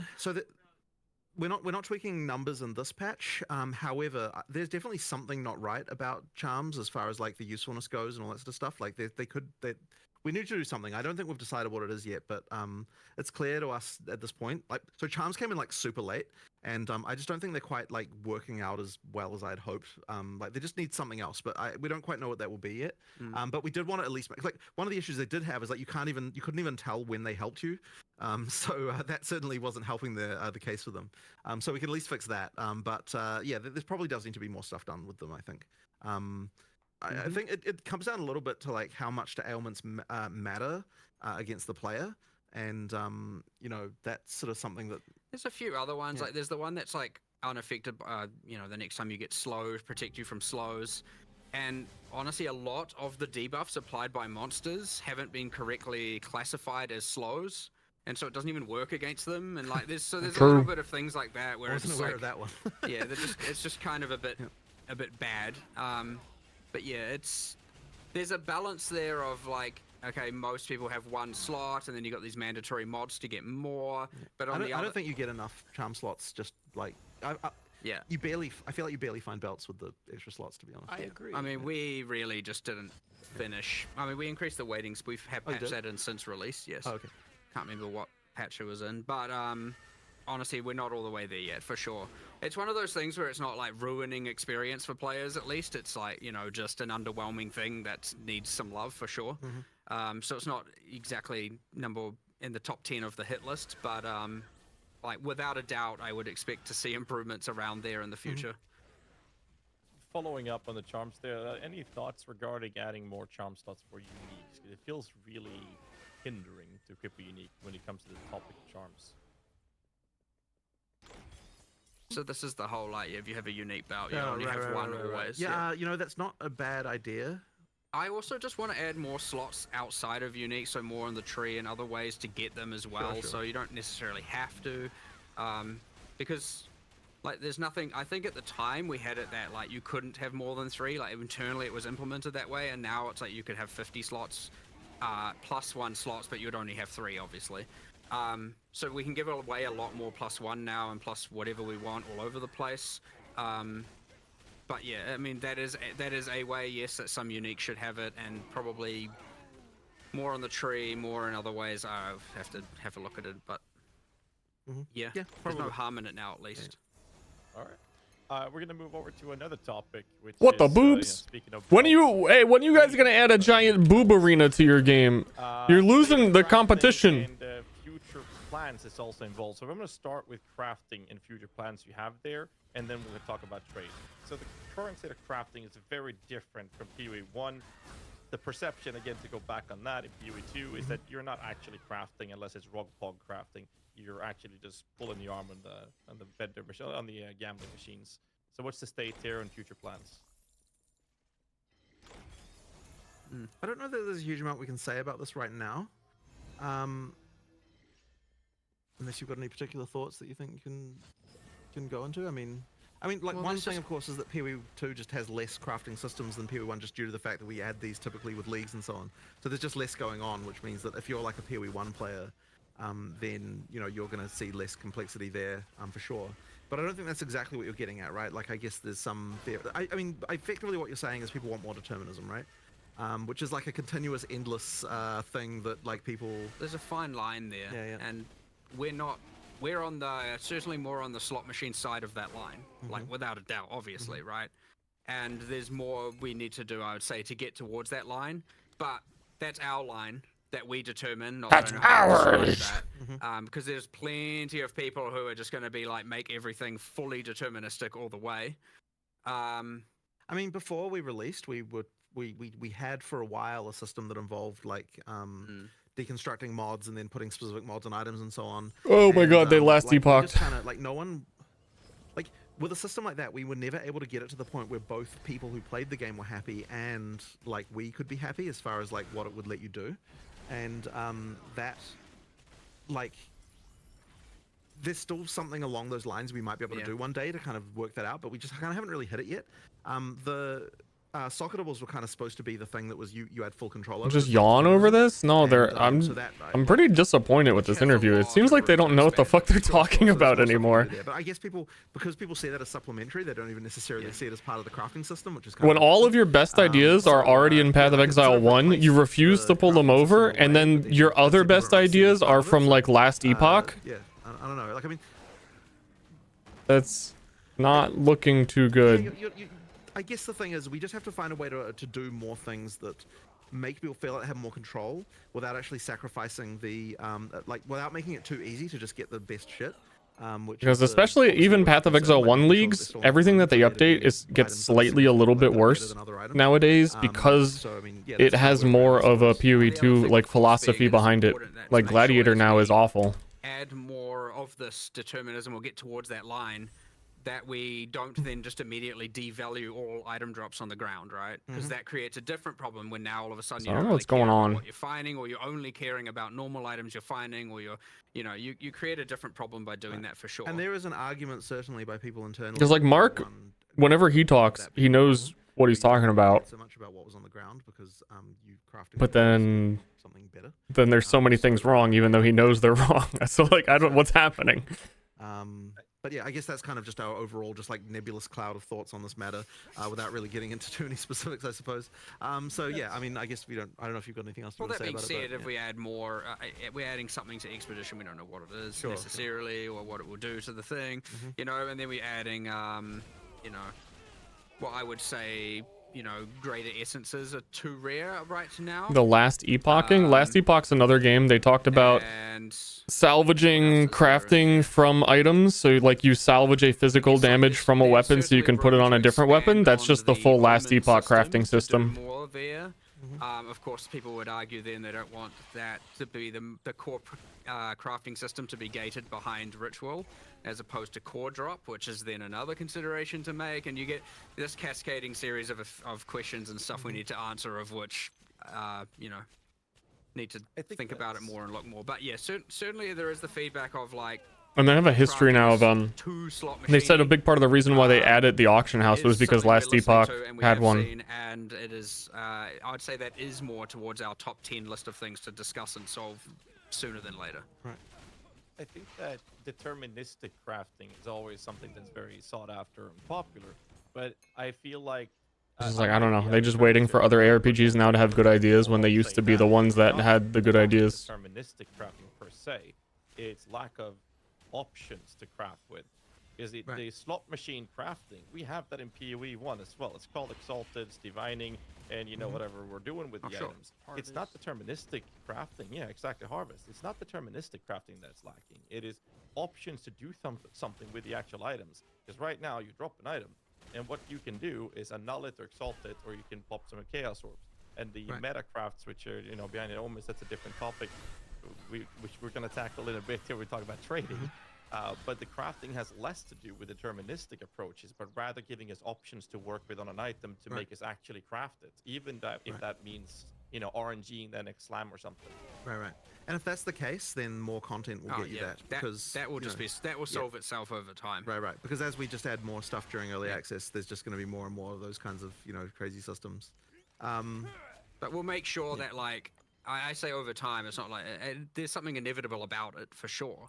But because it is a bigger problem now, we would make sure that we try and ensure that as we're adding more content, it is leaning towards adding more options there and solving these problems that people have, as opposed to just like, I will do something cool and maybe it does and maybe it doesn't. So we'll have a lot more problem solving, designing, content created by more towards solving the problems, as opposed to, when you're at a point where you have so much content, a lot of the time you can be like, what are we going to do? Let's just make something cool and awesome. Whereas here it's going to be like, let's look at problems to solve and create content that comes from that. So there's like kind of two ways of coming up with the content, and certainly this is one that will be a problem that we're looking to try and solve by doing that for sure. That's fair. I'm not going to go too deep into it, but following up to the state of trading, I mean, obviously we have trading being in its state that it is, but there's the volatility problem of the market's economy being player-based. For now, we have a golden standard of trading divine orbs, which quite literally holds close to zero value in terms of actual player usage outside of a handful of specific unique items, and is representative of trade power in the community. And since there is no natural divine orb sink, which exalted orbs have, for example, they just continue going up, and the inflation is just rampant at this point. So, I would have thought that if there was no divine orb sink, then the value of divines would go down rather than up. Like, presumably, if the value of divines is going up another currency, then it's pretty the weird currency that there's too much of, rather than the divines. Yeah. So what I'm saying is, like, they become the golden standard, and since no one's using them, we get a higher quantity of them. And the result of it is that now, since that is the item people are using, or the currency people are pricing their items off, they're now, one rare, one life pair of boots with 10% movement speed now cost 50 divines if I'm going to use some exaggerated examples. Okay, so you're talking about the price in divines is going Yeah, up the as opposed to the value price of a divine is the going value up. of a Yes, divine is The going up. Okay, item for value, yeah. sure. Well, I mean, there's nothing I can kind of initially go into with this other than just that, like, yeah, we just have to look at this and work out what we're going to use to sync these things more. The intention with divines is that you'd sync them into making, like, if there's enough, like, things where you want to reroll mod values on, which, like, is uniques ideally. Like, the implication of that is that there aren't the uniques that people are wanting to roll to get good values on, right? I mean, I'm assuming that's the reason. Some not enough. Yeah. Well, Maybe I mean, there's not enough? we don't have enough unique items. For sure. we don't. We need a lot more. We which do, is, we is do. another goal we have, of course. But I mean, so yes, there's not enough uniques, let alone enough uniques to be using divine orbs for an And of course, the entire thing in player PoE1 base. where things were priced and that currency can help, but we don't have anything quite like that, I suppose. I mean, look, if that's a problem, we'll just like find a way to sync them, I suppose. But ideally, they'd be ideally, if everything's working correctly, they'd be syncing themselves due to the fact that there's enough things you want to reroll values on, and like uniques that you want to reroll values on. I'm actually curious to know whether people are even really bothering with that. Like, are people actually bothering to reroll unique values? I guess some, but not Right, many. not You many. would You Yeah, won't, fair no, enough. well, yeah, not many. Astramentus. Yeah. Those are like the two main ones, I think. Like, no one's gonna pop Right, a right. divine orb on Avengers gamble. So it's like that's literally gambling.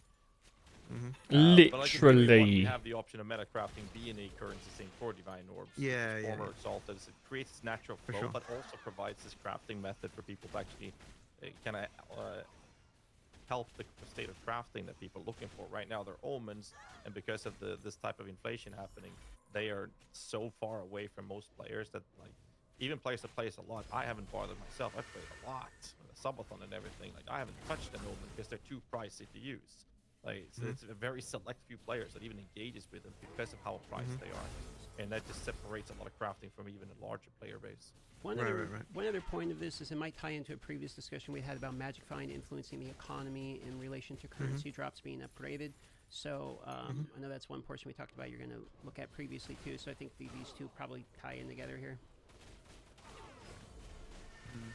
I don't know that I've got anything particularly like smart to say about this right now, honestly. Though that would be the Well, we issue. are at least making omens more common, so Yes. hopefully Yes, that yes, that's it. But I helps mean to that. some degree. But yeah. I think we then also need more uniques and a lot more uniques, obviously, and a lot more uniques that would have divine syncs. And then I suspect the answer also is additional syncs of currency. Yeah, I mean, Fair I enough. suspect it's a bit of everything here. So we'll move on here. We have a significant amount of questions left. So I'm gonna try to speed up the cadence of these a little bit here as we're about maybe halfway through, but well over halfway through the interview. So we're gonna talk a little bit about state of in-game and state of league mechanics here. So I'm specifically going to go into league mechanics first here. So some league mechanics, essences, strongbox, to name a few, feel a little bit like noob traps. So I was kind of hoping to hear where your guys' thoughts are in relation to some of the underutilized ones. We talked about Expedition already, so you don't necessarily have to go into it, as well as the state of Breach. Breach feels notably like the one people are enjoying the most. Do you feel like that one's overtuned? And the other one, I mean, I don't know anyone who actually does strong boxes, so where do you want those and essences in particular, especially when it comes to the how often essences are not really rolling greater essences. Like you don't really see greater essences very often. I actually saw more in the campaign than I have in any of my in-game maps. So I'm curious about kind of league mechanics as it ties into in-game in particular.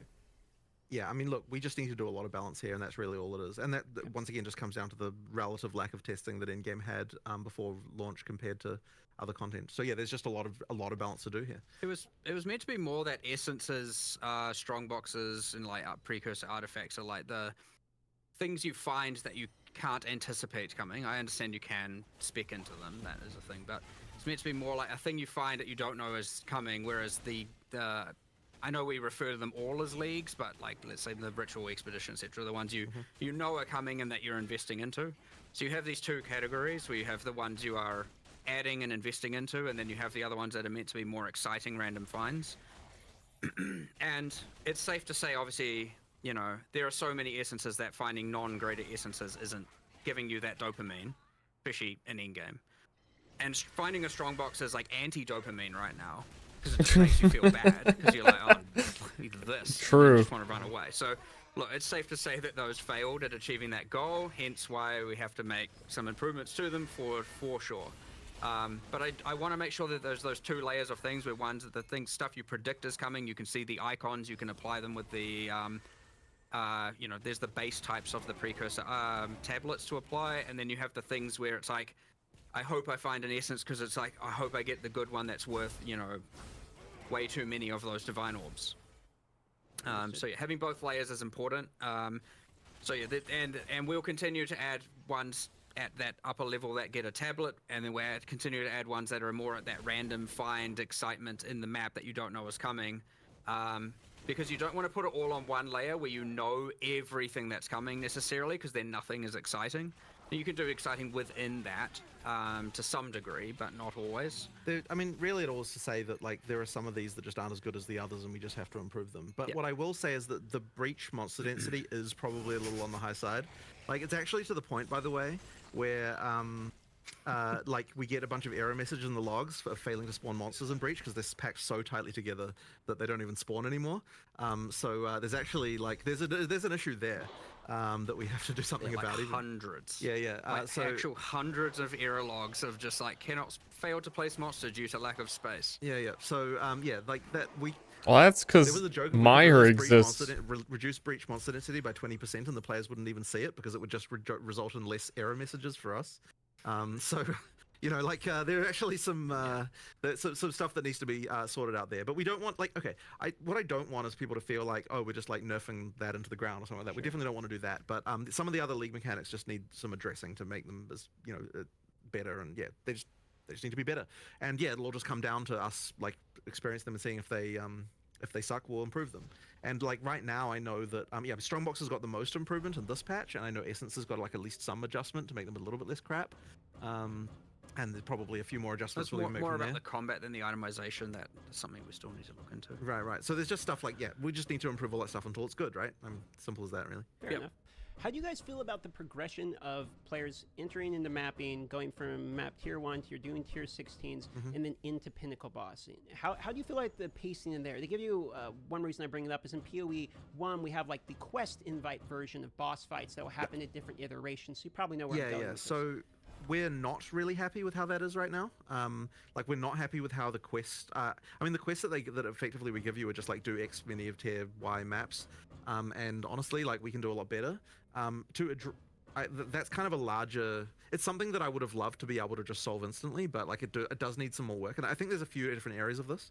So one of them is that like just the way the progression feels just isn't as good as PoE 1 in some way. That's kind of slightly hard to define. Like in terms of just like the feeling of like the progress you're making just isn't quite right. So I think we need to do more. Like there might be some changes we have to make to how the Atlas works to make that better. Certainly want some bosses between those points. Yeah. Like it just needs more of a feeling I don't mean of random ones. I mean like actual ones. Still along a series of objective-driven kind of narrative-involved things where you're getting your. It's still an end game, not pinnacle. Boss at tier 6 and maybe at tier 11, and they're the quest versions, and you're doing those, and then maybe there's Uber versions, and I'm just rambling. There just needs to be more going on with regard to how that progression feels. So that's one element. So the next one is that the tutorialization of the end game is not really there. Like we need to do more around this so that like it actually sort of eases you into end game a little bit better. As far as like if you're a new player, like we kind of just throw you in the deep. Like we fixed a lot of things about the introduction to the game through the campaign, but then you get to endgame and it's kind of like we don't really do enough to kind of really ease you in there, I would say. And then I did have a third point, but I can't remember what it was now. There was something about that. Oh yeah, that's right. And it sort of ties in a little bit to what I was. This kind of was covered a little bit with what Mark was saying just a second ago. But like the way that you progress through the tiers, like you can go through the tiers too quickly, and then you kind of get left behind with like what rewards you should be getting, and like in order for us to fix that, we kind of need to make each tier more meaningful with regard to what you have to do there and what's going on. So there'll probably just be more there at endgame just to kind of make it feel like more of a progression and more of a and that can include more storyline elements and more things like that. There just needs to be more basically just there to make that progression feel better. The game does take a bit of a turn suddenly when you get to endgame of like it doesn't really feel like it really does feel very different. For sure. from campaign to end game. And yeah, as I said, it's just a matter of sort of easing that transition, making that a little bit better, and smoothing out that more for sure. I want to hone into 2 points here. Because you talk about it feels like a different game, sort of a different sense of progression, at least. As you go from campaign into action. This is a question we're going to ask later, but it seems a good time to ask it now. Is that intended, and do you like that as a design principle? Because I've seen people say that they really like the campaign, and me myself, I like the difference, but I've seen people state that they really enjoy the campaign pacing, then they get to maps and they feel like it starts blasting, it's almost a different game at that point. So I think the audience would love to know how you feel about that difference. I do actually, I mean, you do need to get to the point at some point where you feel incredibly powerful. However, I would say that there is like a bit of a switch flip right now that's kind of not quite right. Like there's definitely something that ain't right going on there. Well, there's two. There is the character power side. I mean, a lot of people are getting to endgame. There was fucking nothing in this. Aren't just becoming gods all of a sudden, right? A lot of people are struggling and falling off and can't sustain maps and are dying. And, it's not like you get to endgame and all of a sudden you're ultra powerful. But a lot of people are getting to endgame and then are just lost as to what to do, right? Like a lot of players really like to be told exactly, here's what you do, here's what you do, here's what you do, here's your next objective, here's the thing to look forward to. And something just like complete 10 tier 1 maps is not a fun objective, right? That's just like, okay, sure, I'll do that. Where we could do that a lot better, right? Go to this place, travel here, do this exact thing, discover this, do a tower, run this breach, all these things. We can have obviously way better objectives and ones that we could still design. And you're getting your passive points for each, and you're like, okay, the next thing it wants me to do is this exact thing, not just, I've completed my 10, now it just wants me to complete tier 2 maps. I see. I'll just keep going. Sure. So there's no like, whereas the campaign's very story is like, go kill this boss, get here, and you got NPCs talking to you and everything. And then all of a sudden it's just, now I'm killing stuff, ticking up this ticker. And, a lot of people probably aren't really getting into, based on the tutorialization, they're not really getting into the towers, the tablets, all of that stuff. And then they're just also possibly finding it a bit too hard and they're dying. And so, yeah, it's not, is friendly to the people who, especially non-PoE1 players, it's not as friendly to them as we would want it to be at all. That being said, like, obviously, there is also the capacity at that point to just be like, all right, I'm going to change my build to do this or go do this, and now I'm just, like, obliterating everything everywhere. And you don't have all those, like, story events breaking up your flow of gameplay. It's just, like, map, kill everything, map, kill everything, map, kill everything, which people love. But yes, for those who know how to do that, that happens too soon. And for those who don't know how to do it, they're like getting stuck in a hole and finding themselves very lost. So yeah, 2 sets of improvements. The people that are going to obliterate everything, they're going to have their fun no matter what. They'll get there a bit later, sure, if that's how you want to think about it. But it's way more important to not just have that like very much narrative-driven change in pace where all of a sudden it's just like, and it's gone. And now you're just doing, kind of random stuff. What am I supposed to do next kind of thing? And yeah. So yeah, there's a lot going wrong there. More content would do it, more time on it, more quests, more, But again, PoE1 had a lot of this stuff, and it had so many different axes. If you didn't like one thing, you could do another. If you didn't like that, you could do another, and you could do certain things earlier or later. And we just need to get to that point where there's just more. You know what game has that? Without overcomplicating everything. So my last follow-up to this in-game topic. Path of Exile 1. To continue the conversation elsewhere. So you mentioned that there's a little bit of a separation from what I'm hearing about people like know how to blast, like they're going to go anyway, right? They're going to crush through and destroy it. Then you have the people that are like kind of learning the game, getting into the game that might like get stuck and lost. How do you feel about the, one Porto? Then now that the game has been out a while, does the one Porto feel like it's widening that gap and punishing players who maybe are learning the game too much? But it's the people who are going to blast regardless. It doesn't matter because they're not going to be dying consistently in maps. So how do you feel about one Porto state of mapping currently, as well as XP loss still being fairly significant, even though in the previous interview was stated that you don't feel like you need to have the XP loss as much, considering you do have that one Porto difference. Right. We're in a state where we currently have both of them. So first of all, we did discuss quite a lot about whether or not we want to go back on one portal or not, and I think that it comes down to the fact that I think think that it just would really not feel the same if like the whole death actually mattering thing. I think is actually important. Like I think we sort of decided, like, because we discussed because we were talking about the pinnacle boss thing. Obviously, the discussion came up of like, okay, should we just be allowing 6 portals everywhere? Should we be allowing checkpoints everywhere? And I think we ultimately decided like we really don't want to go that way if possible. So we're gonna try like that, and that's kind of where we came to like, well, first we'll try with this pinnacle stuff. We'll like make sure that that's like something, because that's actually something we've got like true economic value that you need to actually preserve. And so it matters a lot more, and like the amount of time it takes you to get there and everything that matters. But I think if like then to me, I feel like to be a game, you have to have some level of failure being possible, and the 6 portal thing. Like it really just does. To me, it just never really led to a situation where you felt like you really could fail in the same way. So yeah, I'm not really a fan. I much prefer the whole like 1 death thing. As for XP penalty, part of the thinking around They should just that scale is that, up like, it's kind of the amount of portals. where you're supposed to be as far as like, Or a if tier you're 1 dying all map the you have time, 6, then you're and a probably tier not ready 15 to map keep you have going 1. up the power curve. But I mean, maybe that's like the wrong way to look at it. I'm not sure. I don't know if you've got any different thoughts about this. Like at a bare minimum. Right now, there's too many penalty axes. So if you 'Cause I like it being 1 portal. and thus you're not going to go anywhere. And you also it's kind of like an add insult to injury. You're also now just not leveling. So But yeah, you do have to have it. So I agree. I think there's a few axes, and I think they're just a bit too severe. Again, also, they don't have a lot of options on the Atlas tree that are meaningful at all. So you could even have on the Atlas tree, like, some sort of downside, but you're allowed to have a 2nd portal. I think it's just a little bit. And then you decide whether or not your build is shit enough that you need it.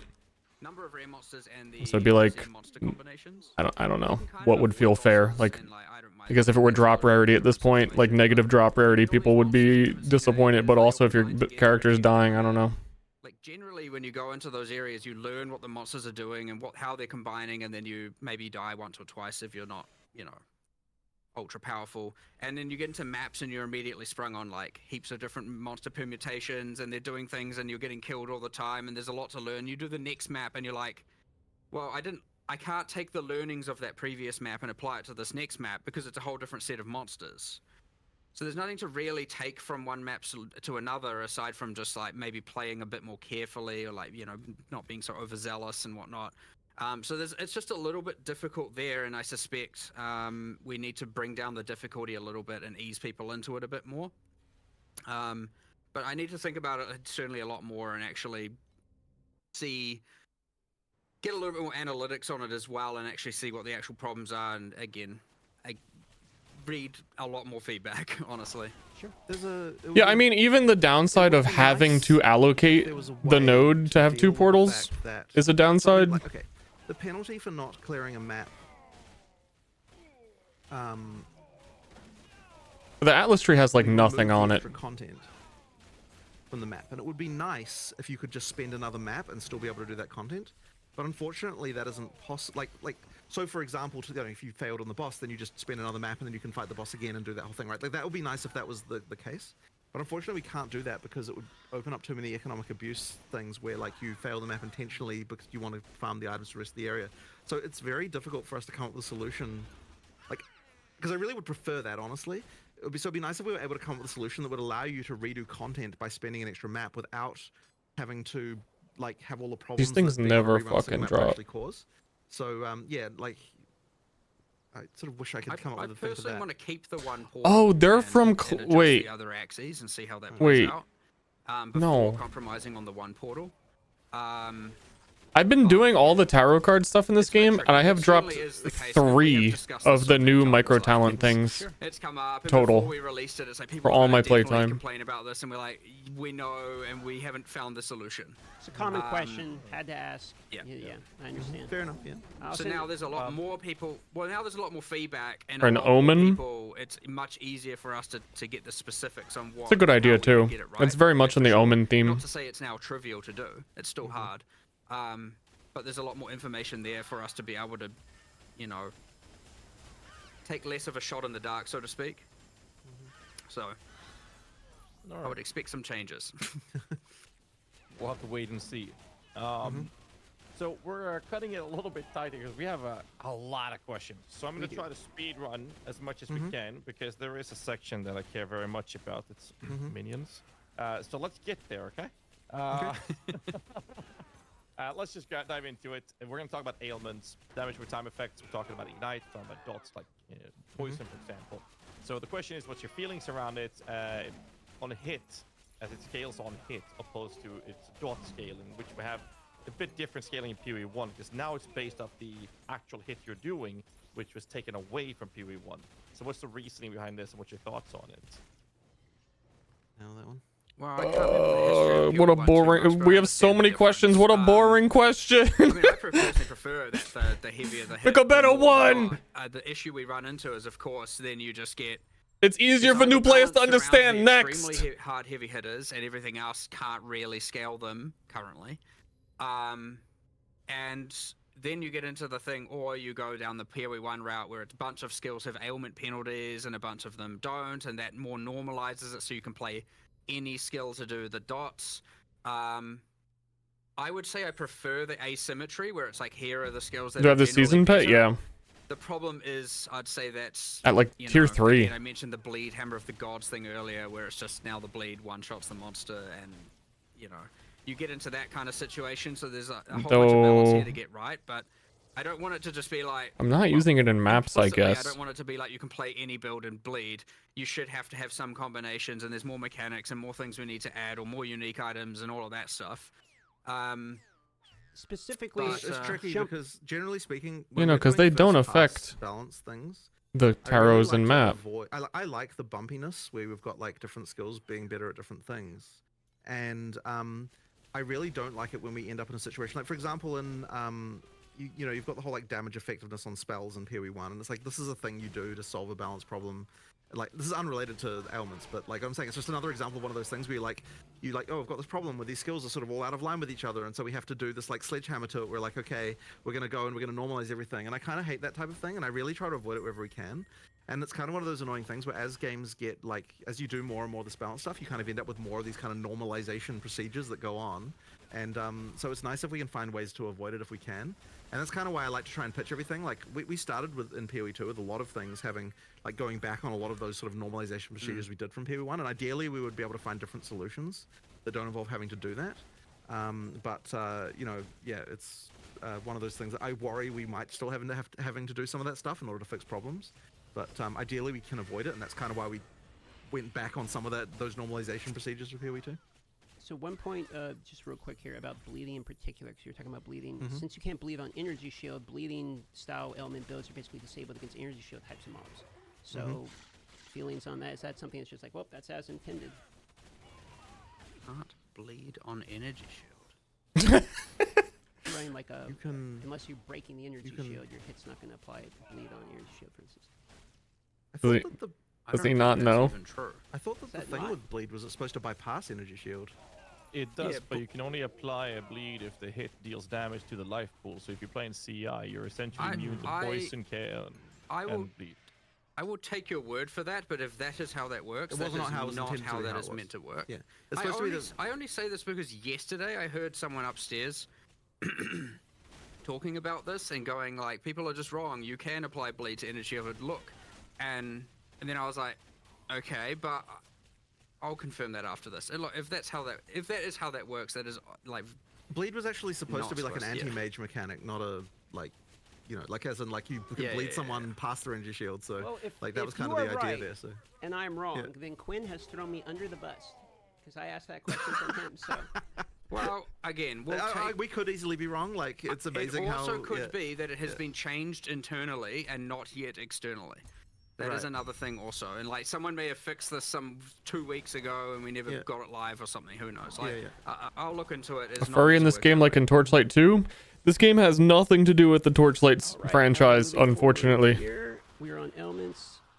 And you cannot be a now werewolf. We are into ascendancy swapping. Is the next topic here. So these are kind of going back to conversations we've had previously in interviews where you guys were debating it and you wanted to see after the launch of the game, where do we stand? Personally, I still like not being able to swap. I know. You can be I a like that hot take. mermaid. And there are plenty of other developers here, and I remember even pitching it, and I was like, "Is this your hill to die on? Is this what you believe?" But that being said, I still prefer that decision being ultra important, and I prefer that decision being locked in. But it's one of those ones that's really hard to rationalize why it's better one way or the other, to be honest. Like, it wouldn't be the end, like, that hard to actually convince me the otherwise, because it is not the hill I would die on, that's for damn sure. But so, I don't know, it's like, I have my preference. I don't know why I have my preference that way. I guess I just like more decisions, especially about characters, to be a bit more final, but that being said, we have respecking of everything else. I don't know. I don't really know where we're going to go with this one, aside from, like, sure, we'll reevaluate it and we'll see. But at the end of the day, we have a lot of developers that feel very strongly. And then we feel one way and we discuss it with those people and we kind of see where we land. But, like, we're not going to ignore, you know, the opinions and preferences of our team, either our design team and whatnot, you know, just to overrule it just because. That being said, I sit on one side of that fence for sure, that probably the majority of players do not sit on. I mean, I'm 55% in favor of re-rolling 55 personally, so it's very hard for me to argue against it when I would say that I would allow it, but I'm also, once again, like, other people on the team feel more strongly. I mean, what I would be open to is, like, I understand you have to go online to have a look at what those ascendancy classes are, but I would be more open to having in-game things where when you're creating your character, you know, I don't want to not in a way that wouldn't overcomplicate it for new players where they're like, oh, what are all these, what are ascendancy classes? What's going on here? I'm not really in favor of that argument personally, because I don't think that you are equipped at the point of the start of the game to be able to assess what the ascendancy classes are. So kind of doesn't. I don't really think that really holds water. It's less for new players, I guess. Yeah, but yeah. then again, experienced players already know how to get that information. Exactly. So I don't know the right solution there, honestly. But you can bet it's going to come up in discussions another, 55 times this year. So Surely. We're just at the start of it. Again, we don't want to take too much of your time, so we just keep up with speed running some questions. And the first one here is: given the current TTK, the time to kill. Didn't he say he wanted to skip to minion questions and then asked an ailment question, and we're like 4 more questions deep? Is one-shotting pinnacle bosses an intended power level for builds? What do you want, Ghazi? This should definitely not be the case that the first time you fight a pinnacle boss that you one-shot it. Like, that's the kind of thing that maybe you can get to after crazy amounts of, like, extra items being found, but you shouldn't be doing that the first time you play it. So yeah, it's not right. And that's just, there's some builds that are outrageous. And, we want to actually make it so the boss can use their abilities. That's why we spend a bunch of time making them, after all. Exactly. So, yeah. when you first get there and you're kind of relatively equipped for it, it shouldn't, like, it should still be a 1 to 3 minute fight kind of thing. Yeah. Okay. And I'm not talking about reference. 1 minute of emerging. I'm talking 1 to 3 minutes of actual skill combat. Not like. Okay. Oh, that's a good time of reference we can use moving forward, knowing that's the kind of the goal going for the vision. Next question is: given the difficulty of requirements to get the 7th and 8th ascendancy points, is this intended to be something that not all average players can acquire? We definitely wanted the final ascendancy points to be something that was like a significant goal. Like, this is an awesome, like it's supposed to be quite a thing when you get the last 2 points. Yeah. I mean, as for an average player versus not, that's kind of hard to answer. I mean, I don't know if the average player gets halfway through maps really. So like, yeah, it sort of depends on the definition. But we wanted it to be a big thing that you get. So, map clear conditions, talking about that for a moment. Clearing rare mobs are effectively like the only real map clear condition at the moment. Is that the plans to continue that going forward, or is this sort of one of many conditions and is a placeholder, or how do you guys feel about the map clear condition being strictly rare mob clearance? I suspect as we get to answering the exact same thing we talked about before with the more objective driven and learning and tutorialization, we'll probably expand on that. The ideal world is there'd be a whole, a nice cool set of different things you're doing in each map that isn't just killing all the rares, but they're actually a surprisingly large amount of work to do those and to do them well. Otherwise, you just end up with this thing where it's like, oh, I like this one, but these other 4 are terrible, and I keep randoming into those. You don't want bad ones of these. And the rare one is fucking bad. What? How did you have worse? So that's kind of part of the reason why we sort of went with that in the end. So there's certainly more work. Sorry, go. No, okay. So the Atlas tree currently is gated basically behind pinnacle boss progression. Kind of the same type of question as in clear conditions. Is this going to be mandated in the same moving forward, or are you guys looking to add in more iterations of progression on the Atlas tree outside the Pinnacle boss clear? We did discuss changing how the core of the Atlas progression is, but as for the actual Pinnacle, like as for the individual league trees, I think we were still keen to sort of have that be the kind of extra stuff that you really get at the end Yeah, of that to get thing. the Pinnacle Yeah. boss's tree, it should be killing the Pinnacle boss. We Yeah. want to keep that for sure. Sure. And for each of the contents. But yeah, I want to upgrade the core Atlas tree for sure. I think it's quite boring and flat. I might right have to now. go There's like not a lot right going as on this there. And ends, part of that is to do with as or we add even more content, sooner. it will make it more interesting. But there's certainly a better job we can do of that, and how you acquire the points again, getting away from that grind and getting into more like, all right, like do this 2 points, do this 2 points, do this 2 points, not grind this 2 points, grind this 2 points for the actual core tree. For the sub trees, for the leagues, yeah, I actually do like them being behind that. But ideally, each league would then have its own meta system within it to amplify itself in some way, which we don't currently have a lot of. So it's something we'd be looking into in the future when we're upgrading the existing content as opposed to adding new content. All right. I bet all of our chats have been spamming this, so I'm just gonna throw it out right away. Map tab when? That should be reasonably soon, shouldn't it? Yeah, it's an as soon as possible thing. We've got people working on it right now. As soon as it's done, you'll have it. Like, it was not a yeah. Yeah, it'll be done soon. We wanted it there for soon. release. Perfect. Yeah. It'll be done soon. It'll be done soon. Yep. It'll be done soon. Let's go to tech questions, optimizations, and bugs, kind of a little category we have, and then I'm going to do some minion questions for you guys as well. Appreciate you guys taking the time. I know we're going a little bit above the time here. First question we have is something you talked about in a previous interview, I believe, with the Cicerin. It was predictive network mode and lockstep. What is the reasoning behind this specific topic, or what's your take on it, seeing how people are performing right now with this? I actually haven't hugely investigated this, to be honest. I don't know if you've got any more information about that. I do not. Yeah. I mean, we just have lockstep right now. Oh, the predictor's just not. Yeah, Yeah, it's not we that. only Yeah, have yeah, yeah, lockstep yeah. Okay, currently, right. yeah. Okay. Yeah. Okay. Well, yeah, we just need to fix that, right? Yeah. Like, honestly, the people who would be working on that have not even come back from break yet. So, it's just not something that that we've got. But yeah, we do need to get that working. I think it was just disabled mostly out of caution, right? Because we just expected lots of shit would be broken. There was a few things. I can't remember Right. exactly what they were. But yeah, there we were, need to get it there were some sorted. things that didn't work Yep. in that mode, and we had to re-engineer them. Yeah. And yeah, no time. Yeah. We'll get to it though. Okay, couple just real quick optimization type of questions here. Terrain obstruction is something that has been helped a little bit in this recent. We saw in the video there, you guys were talking about making it a little bit more clear. And Wait, what? some things like trees, for instance, Oh, covering your screen. I thought you said et trains. cetera. Do you have any feelings on how terrain Terrain. obstruction is currently in the game, and is there any plans around making this a little bit? It's just a matter of individual work on Yeah. each individual thing, just like looking at each doodad and being like, yeah, what the bounds need to be, that kind of thing. That some trees don't fade out Yeah, until you're like intersecting with them. Sure, And it's just- annoying because yeah. you get more, and the faster you move, the more you will be obscured. And so there's some timing changes, there's some proximity changes. There's It's just a matter of individual bunch balance of things. you To be know, addressed. There's still some areas. Yeah. Sure. Yeah. And then as far as optimization is concerned, I mean, we'll just keep working on it, right? I mean, in the background, you've got the Damn engine it. guys working on things. There is one very annoying crash that is very, very hard to debug that happens on, I believe it only happens on NVIDIA cards, where like after sort of an hour or an hour and a half kind of thing, you'll get a crash to desktop, and it's been very, very difficult to track down, and we're adding more debug stuff. In fact, I think there'll be a patch.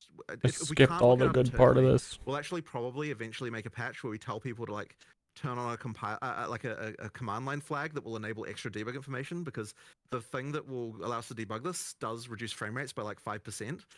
So we might actually ask people to like, hey, turn this on until we find the problem, and then it'll reduce your frame rates a little bit, but it'll help us track it down. And then once we've got that, then we should be able to work it out. Effectively, they're like concurrency bugs within the GPU. But annoyingly, we were also told that the next version, like NVIDIA told us that the next version of the NVIDIA driver does make the crash go away. But then they also said that they didn't know why that was the case. So like, I don't know if we can 100% rely on that either. So yeah, there's something weird going on that's like quite hard to track down going on here. And hopefully we can work it out soon. But yeah, we just need we need more debug information. It's very hard to track down, unfortunately. Got it. And it's kind of annoying how it takes so long to reproduce. Like, there's even a thing where, like, the first hour after we do a restart patch, we don't get any of those crashes because it literally takes more than an hour to reproduce. And then after that, they start coming in. So there's, like, something weird going on there. But it's the most common crash, and, like, we're just, like, really annoyed. It's just very annoying to deal with. I don't think I've ever had that. Because that was a very common question. People were talking about crashes and wanted Yeah, to ask yeah. you about it. So good answer there. At this portion, all we have left is some minion questions from Ghazi, just a couple of them, and then we're He still into the doesn't know his rapid-fire name. portion, and then we're pretty much done. So try to get you out of here Sure, in 10, all good. 15 minutes. Go on, Ghazi. Sure, sure. Let's just dive into the nitty gritty. Let's talk about Hodor. Minion body blocking in doorways. Let me just add the word, come on. So, Solutions, I please. mean, yeah, like, this is something that we need to work out a better solution for. Like, what I can say is that, okay, so people will immediately say, oh, you know, just make it so that minions can just walk through each other. And it's like, we've done that, and it sucked. And it doesn't just suck because of that it looks bad or something. Like, it sucks to actually, like, it actually just makes the minions play worse. So we need to find another solution that's, like, smarter somehow. How would like, that make fixes them that play issue. worse? One thing we are planning on doing, just as an initial test that we've got, I believe someone's doing at the moment, is at least making it so that when minions die due to distance, that they respawn immediately near your character rather than it waiting till the next refresh. So like that'll at least maybe help a bit, but I don't know if it's like the full solution by any means. But there's something we have to do around this, but I honestly don't know quite what it is yet. And as I said, like all of the obvious solutions, as you might say, we have tried and they weren't great. So it really is going to take something a little bit more complicated to do to like work out what we're doing here. But yes, I appreciate the issue for sure. Like I'm not saying that we're not going to do something about it because we have to. I'm just saying that like it's not clear yet what that is. And at the very least, in the meantime, we can do the respawn instantly upon timing on the distancing out. Which will help a little bit maybe, but yeah, more needs to be done. It's one of the big problems people complain about. For With the sure, build, for yeah. sure, for sure. So them rubber banding too. Yeah, I won't play minions because of that. Them dying, 'cause that is part of my other question I had here. Yeah, yeah. However, If you walk theory, away one, from your there's a minions, feature, they die. there's a modifier on well-telegraphed boss abilities that you're supposed to, as a player, dodge, where your minions can't because you can't control them, so they do less damage to them. PoE2 doesn't seem to have this based on the data mine I've been checking, which seems to be that they're just expected to literally just die, and then you have to sit there and wait for them to resurrect. What's the reasoning for not giving us convocation, which would also assist in the whole minion body blocking doorways and tight corridors? Are there not minion things in the AI? I thought we did do some of that. Not Well, that I've seen. This I can't remember exactly an AI. So no, I mean the damage. From thing, a damage perspective, not hugely, no. Fourth one. We were tinkering around with this whole expectation of like how often, if you have like no investment and all this, how often are your minions supposed And to yet be they're so permanent cheap. minions supposed to be dead versus alive, and then what are the things you can do to keep them alive? Because it was meant to be more in order to have your minions, otherwise they're never dead, right? They're permanently alive, and then the DPS is you just running around doing whatever you're doing. And that is really the issue, just to be clear, is that if we make it so that boss abilities aren't killing your minions, then that means that, like, that would effectively mean your minions would just never die. And so then what's the... It was what's meant the to be intention? more of active, what are you doing to keep them alive actively? And we haven't got that right. Like, for sure, we haven't got that right. So, like, I guess it's really Bone hard Offering was to- meant to be one of those examples of, like, boss slams coming, and then, but also then you got a multi-thread, you got about how do I survive, and how do I do this at the same time, so... There's certainly something going wrong there where we haven't, and I believe there's probably still a lot of boss abilities that just haven't been tuned correctly with respect to, you know, again, how often they're killing certain minions versus not. Because there will be things, I'm assuming, that are just completely unavoidable and they just wipe out your entire minion thing, and then it's like, well, what was I even supposed to do? So the problem is, as soon as you get into this build, the level of, like, detail that you have to do, where you not only have to... Sure, there might be some system change, and it's easy to probably do a cop-out that's just like, whatever. You know, it's actually the right answer is to go through every single boss and test them and go through monsters and go through mods, and like it's a huge amount of detail and it takes quite a long time. We have people like kind of actively providing that more specific feedback, and we are iterating on it. But there's still certainly a handful of things we need to do, otherwise... I'd say the blocking the doorways is a more catastrophic problem for sure, like where they just like can't get through. and they're like running off screen and them dying. So like we're focusing more on that stuff first, and then we'll probably get back to the boss specific balance with respect to how often certain skills are just wiping out all your minions and all of that. Yeah, I mean, I understand the idea that the bosses are supposed to kill them. The problem is when a boss leaves a damage over time effect on them, they kill a bunch of them, the timer starts ticking, and then the dot kills the next one, it resets, and then it kills the next one, it resets. You just have to wait for all of them to die, and now you're sitting there doing nothing. You feel like you're in a wheelchair, not able to run around. But an instant used convocation could be a solution to that, which would also help with the whole body blocking. A lot of people have been spamming me about make them give us convocation, and I'm in that category as well. But moving on to the other question, not wasting much time. That is a very interesting question. I really just skipped over What is the convocation, I reason guess. behind making the minions' movement speed a direct replicated copy of what you have as a player, including when you get a minion movement speed debuff reduction on yourself? So me and Mark were actually quite surprised to learn that when you get a debuff on your character, that it causes your minions to slow down. Yeah, it's not intended. That was not intentional, and so we'll just fix it. We'll just change that. Yeah, we'll just fix it. That was not a thing we even realized was the case. Okay. Yeah. Next one is tooltip is a bit wonky with the minions, with it being incorrect in cases, especially accuracy actually being very wildly off, where it says you have a 100% chance to hit, it's not hitting, and then the tooltip is missing altogether on things like raiding spirits.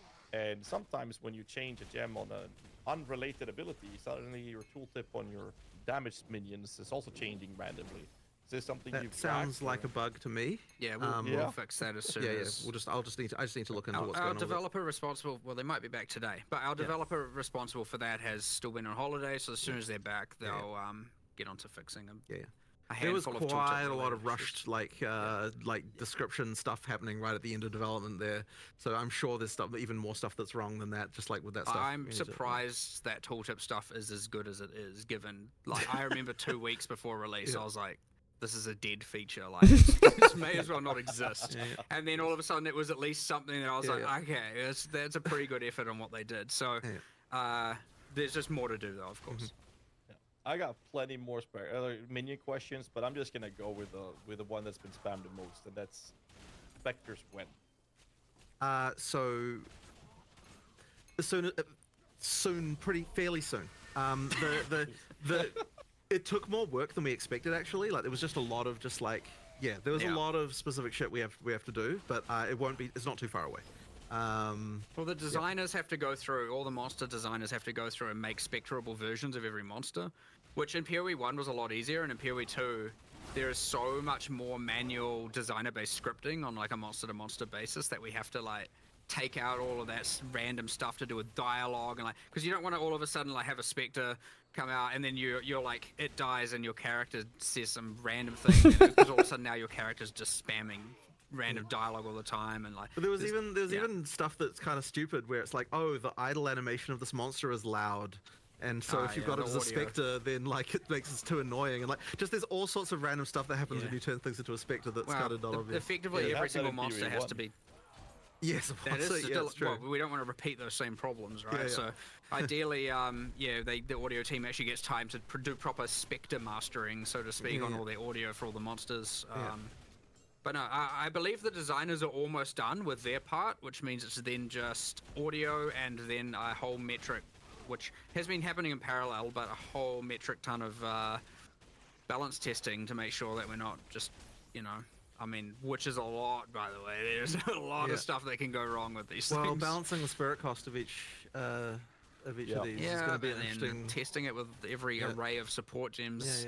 And well, that's why we're doing an open beta test. Kind of jank where you're like, that's like a projectile, but like it's using some other skill that's kind of actually like triggering projectiles, and so if you actually put multiple projectiles on it, it might not affect it in the way you think. And like from a damage perception of like, I take less damage from projectiles, that's fine. From an avoidance perspective, it's fine. But then there'll be some weird thing where, because with like player skills, we actually code every single skill, like exactly here's how it's meant to work. It's like quite intricate. With monsters, we're cowboys. We just go ballistic and just set them up to make sure that they're good. And then all of a sudden you're like, oh right, we had to make a spectre of this. Okay, well, and then you have to hack a bunch of stuff together. But you know, it's also what allows us to be able to make a ludicrous amount of monsters all the time. But yes, now you have to make specters of all of them, which is almost done. We've almost caught up to where we were, so I'd say, yeah, soon, whatever soon means. Not too far. All right, so we are in the last portion. 5 minutes, some rapid fires. We'll fit whatever we can in within this 5 minutes, and we're done at this point. Thanks for going 10 minutes over at this point. So That's all right. I'm just going to pick random ones here. Search feature on an atlas, so you can search like. Yep, we definitely should have that. This was something we even said before we even released, but we just never got time to do. But yeah, we'll do that at some point. Got it. On the list. On the list. Tornado Bird in the game for Ultimatum is the hardest boss in the entire game, in my opinion, personally. Do you have I any believe that's feeling- resolved, and 011 does have changes to that one. I Okay, believe. he's ridiculous. I Got saw it on the Thank list. I saw it on the patch notes. you. All right. Yeah, uh, just Get give me good, skills, noob. yeah, It sure, was there's something. the tornado. Like it was more avoidable. Or something. There was some stuff. It is in the specific boss balance that got addressed in this. We'll see 011. after He's the insane. patch, Yeah, and yeah. then we'll make more changes Yeah. if needed. Yeah. OP. Yep. Okay, so auction house. We're getting spammed about this all the time. You've answered many questions. How are your guys' feelings about an auction house or in-game purchasing or buyout on the website or anything related to that? I mean, I've talked about what we could do before. I don't have anything to announce right now. Sure. Yeah, we'll discuss this more. I'm sure this will come up again. Sure. Accessibility question. Red-green color blindness is the most common in the world, Yeah, yeah. it's my understanding. Yeah. Obviously, red on green is a very common thing within Path of Exile 2, specifically in Ultimatum, which is a mandated Ascendancy trial. So, for Right. any plans around accessibility features for this? Well, effectively, that's usually what we do for this stuff. Is rather than having a mode for it, we tend to just make sure that each thing, like we test it on people who are actually colorblind. So I just need to get probably Reese to just test all the stuff specifically because I know he's red-green colorblind and just make sure that they're actually distinguishable. I generally prefer Yeah. rather than having modes for Well, it to like have just make People sure. people with that color blindness highlighting the area. So Ultimatum, as you Yeah, said, yeah, being yeah. bad gives us a target, and we'll start someone there. Yeah. Sure. Speaking of visibility, rare and blue mobs. Can't really tell they're rare and blue mobs, or magic mobs, I should say. There's no highlight on them like in PoE1. You know how there's like a little highlight around them? Yeah. So you can't So the visually tell intention the is that you can tell when a monster is based on the effect of the actual thing itself. There might be some cases where we're just not being successful in that regard, and so we just need to improve it. We're going to do more there, and we are going to try some things that are give them magic and rare identifiers that aren't. The glows just really took you out of the, like when you're in Yeah, a dark dungeon and you're exploring it, like just And what the honestly, heck is this glowing beacon like, of light over here? I just wish Fresnel glow was just banned in games generally. Like it's just everyone just relies on it. Like, oh, we need to make this more visible. Add a Fresnel glow to it. Like it's just this freaking it's a cancer in games generally. Sorry, this is just a random side rant from me, but I just hate the fact that everyone lazily goes to Fresnel glow and freaking everything. Oh man, Jonathan hates things that work. Last yeah. question related to visuals. So visual effects in What co-op the fuck? can be very difficult. You know, you got people Yeah, spamming yeah. lots of shit around. Yeah, So yeah. Any opinions on toggling other people's visual effects, etc.? I don't want to add an option like that, but there is probably more we can do automatically for that kind of stuff. There'll be some engine-based things. We can Yeah, do there for will sure. be. There's probably more we can do, and just like that. But in my opinion, it should be automatic, and like you shouldn't even really be thinking about it. It should just happen. Yeah, like I'm not a fan of just like, oh, turn off all the effects. Like I'm just, it's kind of lame to me. Fair enough. Disenchanting flasks for quality. They're one of the things you can't salvage in the game currently in order to get like the quality baubles back that you'll be able to do on flasks. Right. Is this intended? Is there really any reason why we shouldn't do that? I know you were like, oh, it's because it doesn't thematically fit with the hammer. God damn it, dude. Just smash the glass. I mean, I think that's why it is, but like, I have nothing against adding it. Yeah. We can probably change that, right? Like I just think it don't- was more like, let's do something interesting for Flask salvaging and crafting later and save that, but we can add it for now. We should It's- just add it. it's I fine, have yeah. no problem yeah. adding it. Yeah. Okay. So we Check should probably nerf the drop rate of flasks slightly. High levels. That's just a random note that I was thinking about yesterday as I was picking up tons of flasks. Random side note, but sure. We've almost got all of them. Checkpoints and maps in order to backtrack in maps. How do you feel about that? So not for resurrecting Yeah, purposes, just for fast just for travel fast travel. purposes. It's not a terrible idea. Yeah. I'd have to think a little bit about how exactly how we would position those. I'm not against it necessarily. I guess the feeling is that there's not so many like objectives in maps in the same way. When you do But they those kind of- linear maps yeah, and you yeah. missed a rare monster, Yeah, you yeah, want yeah. to No, you're right. go play something else for a while. You're right. But so yeah, we should probably do something about this. But I don't have an exact understanding of what we'd need to do perfectly. I'm surprised that wasn't a main question. That's like being my able to see gems without biggest cutting, annoyance in the apparently, whole like, you game gotta right cut now. gem to That's look at the list of skills. I mean, I don't really have anything against it, but where the hell does the option go? I'll think about that. I'm not really against that. Yeah. Maybe on the G Yeah. button top, click at all skills. opens Yeah, up the menu. maybe. Yeah, Something. maybe. Alright. Maybe.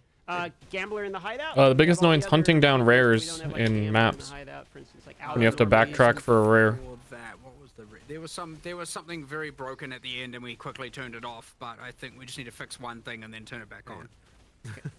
There was something very bad exploitation tier, and so we were just like disable. It's like 10 minutes until deployment kind of thing. 4 left, fix and it. we got through all of them. Okay, so Yeah. Venom Quest is currently the only one that you can't reselect the rewards. So, for instance, you can reselect like the Titan Dome with the Life Flask or the Charm Duration. You can't select from like Chaos to attributes or whatever. Any opinions on keeping that permanent, or can we reselect? I that want as to add a way to change that, which I know people might be like, well, hold on, then why don't you want to allow a way to change the sentences? And the answer is I don't know. That's just how I feel. But We'll allow you to change. I might feel differently later. But yes, I do want to add a way to change that for sure. Okay, movement speed on boots. Any feelings about having them be implicit, or I mean, basically movement speed mandatory on boots, or else you're really slowed down. So, how you guys feel about moving movement speed to implicits, or do you have any feelings on movement speed on boots? I mean, I don't think it's necessarily a problem to have a mod that's really, really valuable on an item that you definitely want to go for.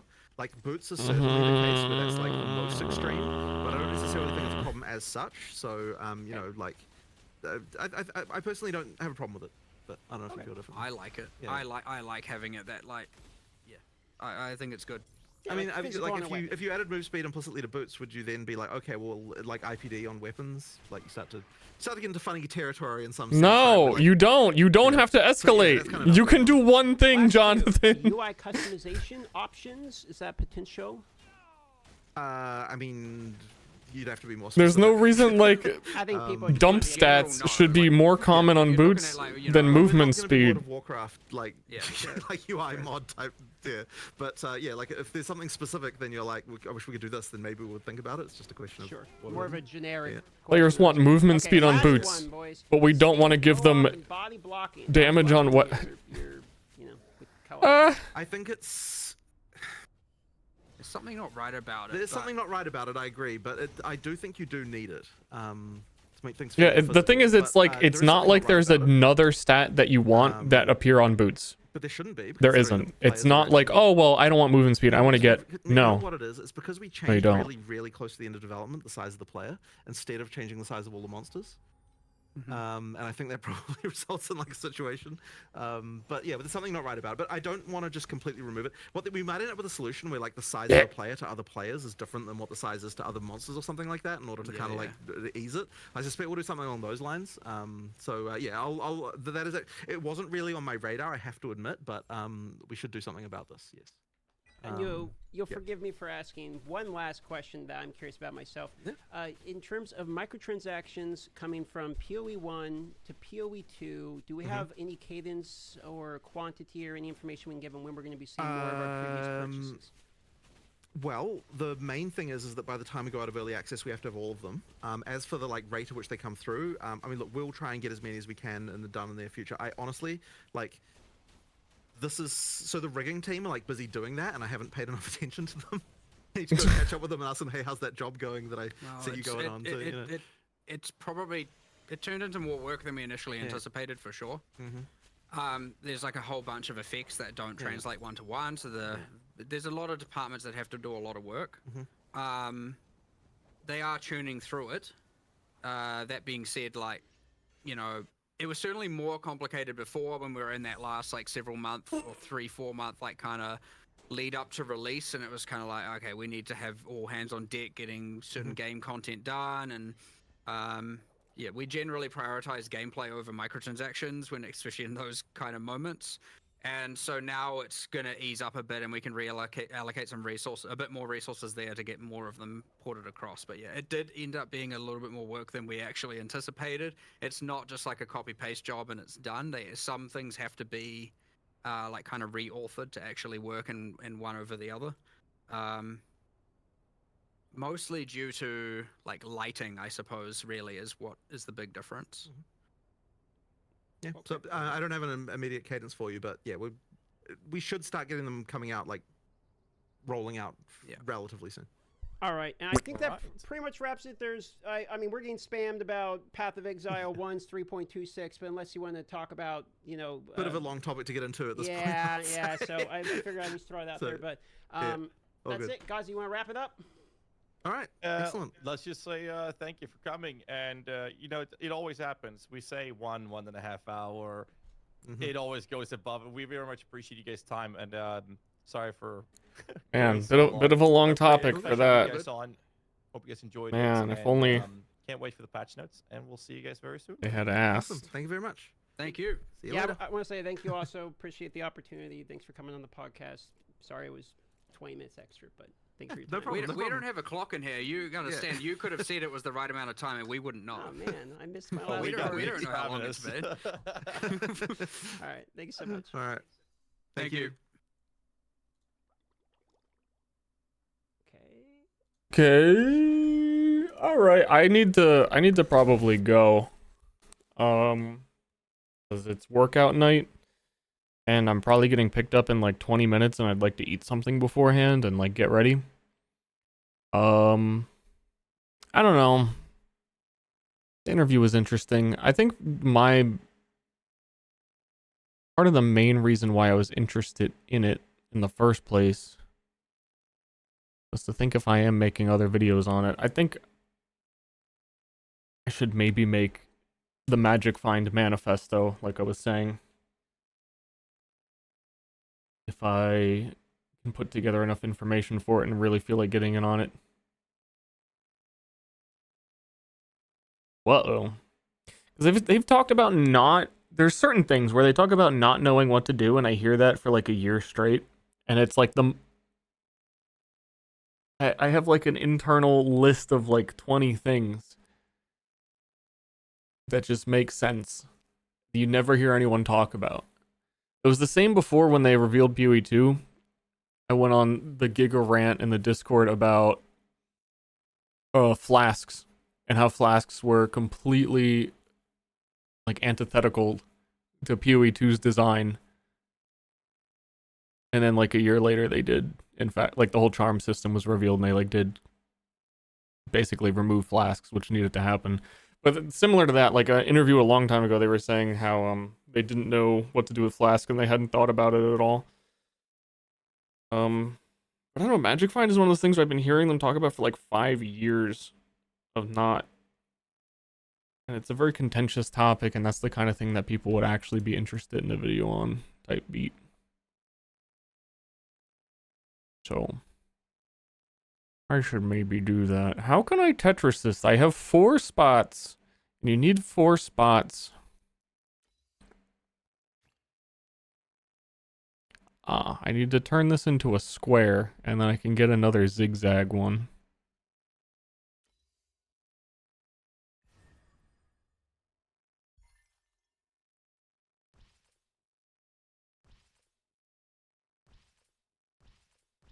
Shit, well, dude, it always takes like a fucking million to get what you want out of chain shape. Never lucky. Oh, you guys can't even see what I'm talking about.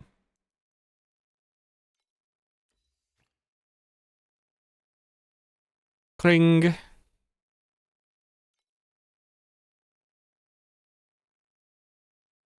These are really quite expensive.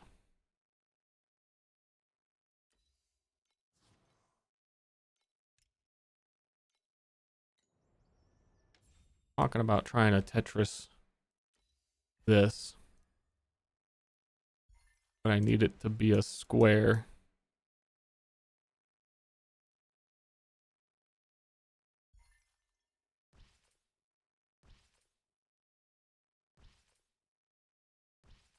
Thank God. And then I can fit one more zigzag. A zig-a-zig, aw.